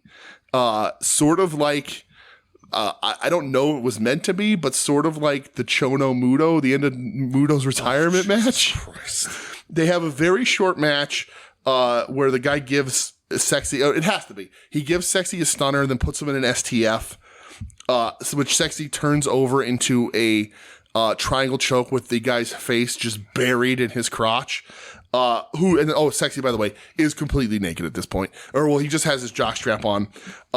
Instead of leaving boots in the ring, Dandy has the pink fedora that he wears. He leaves that in the ring. And they all leave their G-strings in the ring, except for Sexy, who takes off his jockstrap and is standing in the ring now, butt-ass naked. Hand over his wee-wee. They do the Pheromones pose. And he leaves. Sexy leaves the ring completely naked, holding his cock. They pose one last time. And then as he leaves, they wrap a Pheromones towel around his waist, and he leaves. That's the last Pheromones match. They hit all the hits. If you want to see a Japanese man's butthole, I have the match for you. I will miss Pheromones more than I miss most of my family. Strangely enough, I believe that. I love them so much. It's wildly inappropriate. But everybody seems to be having a good time. Yeah, I don't know that wrestling will ever see anything like Pheromones ever again. I'm going to say no. Not in my lifetime, anyway. Probably not. But that's all I watched on that show. Farewell to Pheromones. Should have had a fucking Razor Ramon hard gay run in. They should have. My heart retires with you, Pheromones. I love you so very much. Yeah. What did you watch in Japan this week? I only watched Stardom. New Japan had a bunch of Road to shows, even though Destruction already happened. Yeah. I'm just not interested. It's just a bunch of matches that I don't care about. We do not have a new 5th member of Just 5 Guys. No, there's still just 4 guys, but they tease a new member. They're teasing a new member, so my t-shirt will be good. I'll be okay. Who knows who it's going to be. Yeah. So this is the 5-star Grand Prix final. Yes. Oh, you watched 4 matches on this show. I did. Okay. Brave man. I watched Momo Watanabe versus Azumi. Okay. Momo Watanabe beat Azumi. So there's a couple things setting this up. The finals weren't set in stone coming into this. Oh, okay. So from what I read, Suzu Suzuki won a battle royal at the beginning to win A block. Okay. Yeah. There's some weird ties beginning of this show? Yeah. Oh, weird. Okay. And then there were some matches that were affecting B block standing. So Momo Watanabe beating Azumi, I think was going into the next match was tied with Micah for B block. So the next match it was Micah versus Murray. Mm-hmm. If Murray won, I believe she would have won B block, but she does not fucking win. And Micah wins. Okay. So put her at 12 points. Micah, part of Donna Del Mondo. Yes. Then the last match I watched before the main event was Hazuki versus Natsuko Tora. Okay. Hazuki won, which put them both at 11 points. Oh. So if Natsuko Tora would have won, she would have won the block and then had to go in the main event. Oh. But Hazuki won. Okay. They both ended 11 points. Oh. So that sets up your final of Suzu Suzuki versus Micah. So I saw that Natsupoi got hurt. Yeah. So Natsupoi wrestles on this show. I forget who they wrestle. Yeah. But also is diagnosed with cervical hernia. Oh, that's which is the same thing that Utami Hayashishita just got diagnosed with. Okay. So, bummer. Okay. Don't know. But she wrestles on the show. Neck injury, She had a match. Yeah. You know, she was fine. Yeah, but they said she's out for a while. So. Yeah. And also, before the main event, again, no English commentary, so I don't know, but Julia's crying. So, the reason why she's crying, her and Micah and Donna Del Mondo together. Yeah. She wants Suzu Suzuki to be in Donna Del Mondo. And I believe they used to tag together. Okay. So that's why she's emotional. Okay, I get it. 2 best friends. Oh, okay. Sure. Even though I think there's a tag league coming up for Stardom, and it's Julia teaming with Thekla. Oh, yeah. Thekla's in it? Okay. Mafia Bella. Because didn't when there was like that match we watched a couple weeks ago or whatever where they said like I want you, like Suzu or somebody said like I want you as my tag partner in that thing, and okay, well, we'll cross that bridge. So Suzu Suzuki versus Micah. This is the finals for the 5-star Grand Prix. Yes. 21-year-old Suzu Suzuki wins the 5-star Grand Prix. Crazy. I enjoyed the shit out of this match. I like this match a lot. Very good. It's anytime I see like a really good Japanese like a Joshi match, I wonder like, man, how would this translate in the States? Yeah. You know, like I try to like certain spots, I'm like, oh, how would this reaction be in Chicago? Right. You know, or like, how would they react? Was Maria May on this show? Was this her last? This was her last show. Because she's supposedly coming over to AEW. We'll see. That's the talk. Yeah. But Suzu wins. Okay. She wins the 5-star Grand Prix. Very good match. I like Micah a lot too. She wins with the Sky Twister Press. It's amazing. Which was gorgeous. She is like... That's not normally her finisher. Her normal finisher is a bridge and German suplex. She's one of my favorite Stardom wrestlers. Suzu, we saw her for the first time just a few months ago. Yeah. And she was kicking the shit out of somebody and we were like, wait, what? Yeah, wait, I'm sorry, who? Yeah, she's awesome. Yeah, she fucking rocks. Yeah. So she does win the 5-star Grand Prix. She has the crown and the cape and cries and all that. Yeah. So it was awesome. It was a very good match. Good for her. Yeah. This show you could tell was more produced than like most of the tournament shows.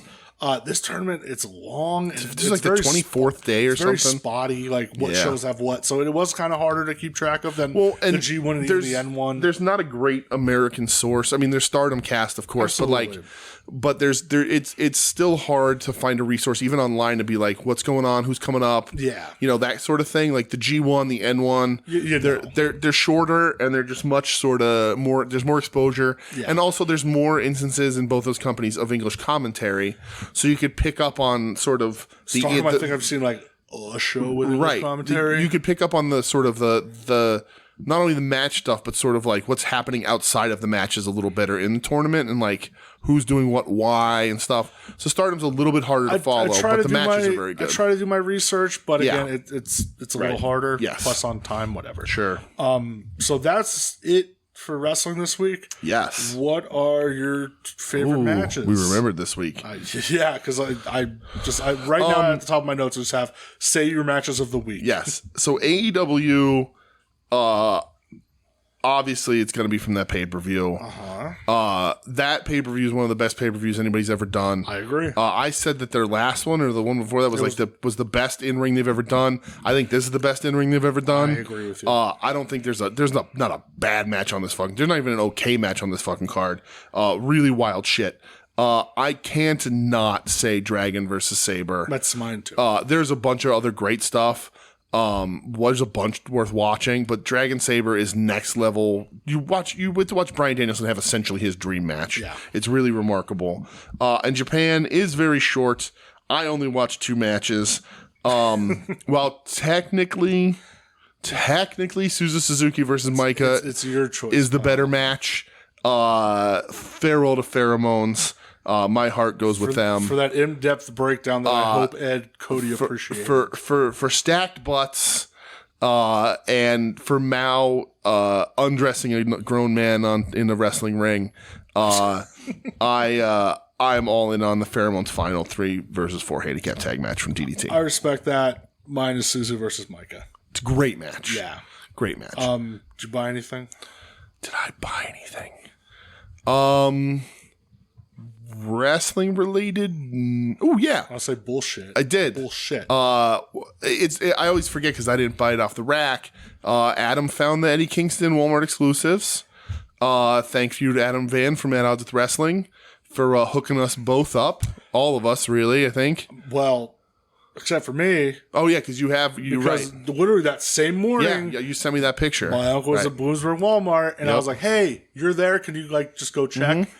And he sent me a picture. Goes, "This it?" Yeah. Sure as shit is. Nice. So I got mine as well. Yeah. So we have the Eddie. I opened mine up. I like it. It's not any real difference. The head's painted a little bit better. Yeah. But the bandana's not molded on. You can put it on backwards, like he wears it with the knot in the front. Todd knows. He knows about that. Todd. I was talking to Todd about it, and that's what he said. He said, "You're doing it because it looks like Terry Funk." Yeah. I was like, "Well, you know something about wrestling." Todd knows. So funny story about Adam that you don't know is I was going for comics that day because it was Tuesday. I was going for my comics, and Adam left the figure for Joe and I up there. Yeah.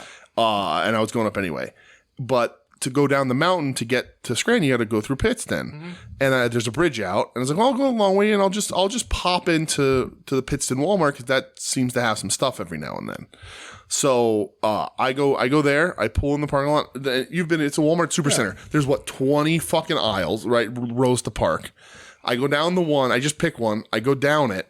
And walking through the fucking doors of Walmart is Adam. That's funny. And I could tell from his walk. I'm like, is that fucking Adam? Yep.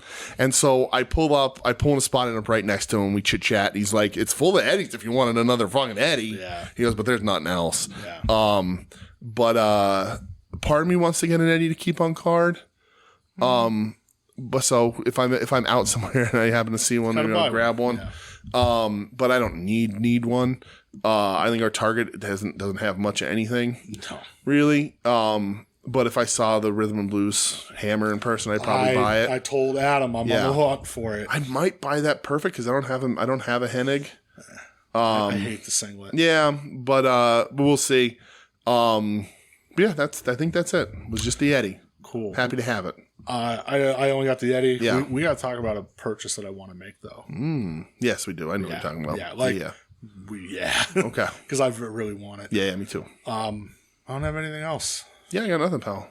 This was we opened this episode off. We're not open the episode, but we talked off mic about how sort of skipping some stuff, and we skipped a bunch of stuff. But we're still. Go ahead, I'll do the plugs. We're still at 220. So so thanks for listening, everybody. This has been We Need Wrestling at WeNeedWrestling.com or WeNeedWrestling.com at WeNeedWrestling on social media. Email the show WeNeedWrestling@gmail.com. We're a proud member of the Soon to Be Named Network at STBN Network on Twitter. SoonToBeNamedNetwork.com, SoonToBeNamedNetwork.tumblr.com. I mentioned a shit ton of shows throughout this. Hayabusa, At Odds with Wrestling, Long Box Heroes, Final Wrestling Place, got to fucking mention. Everything got to mention. Check all that shit out. They're all great. We love them. They love us. They're all great to us. And we're all family. Before we go, just a little teaser that maybe next week... There'll be a bit of a blast from the past on this show. Oh, okay. I think that's enough of a teaser. I think you're right. Maybe things are going to go back to the way they were. I don't know how to. What's a song that's like that? I think there's a song called "The Way We Were." But I think there was. Yeah, I'm trying to rack my brain, but I'm like, oh, I can't. Nope. Better ending. See you next week, everybody. Peace. You're listening to the soon-to-be-named network, the Lamborghini of Podcast Network.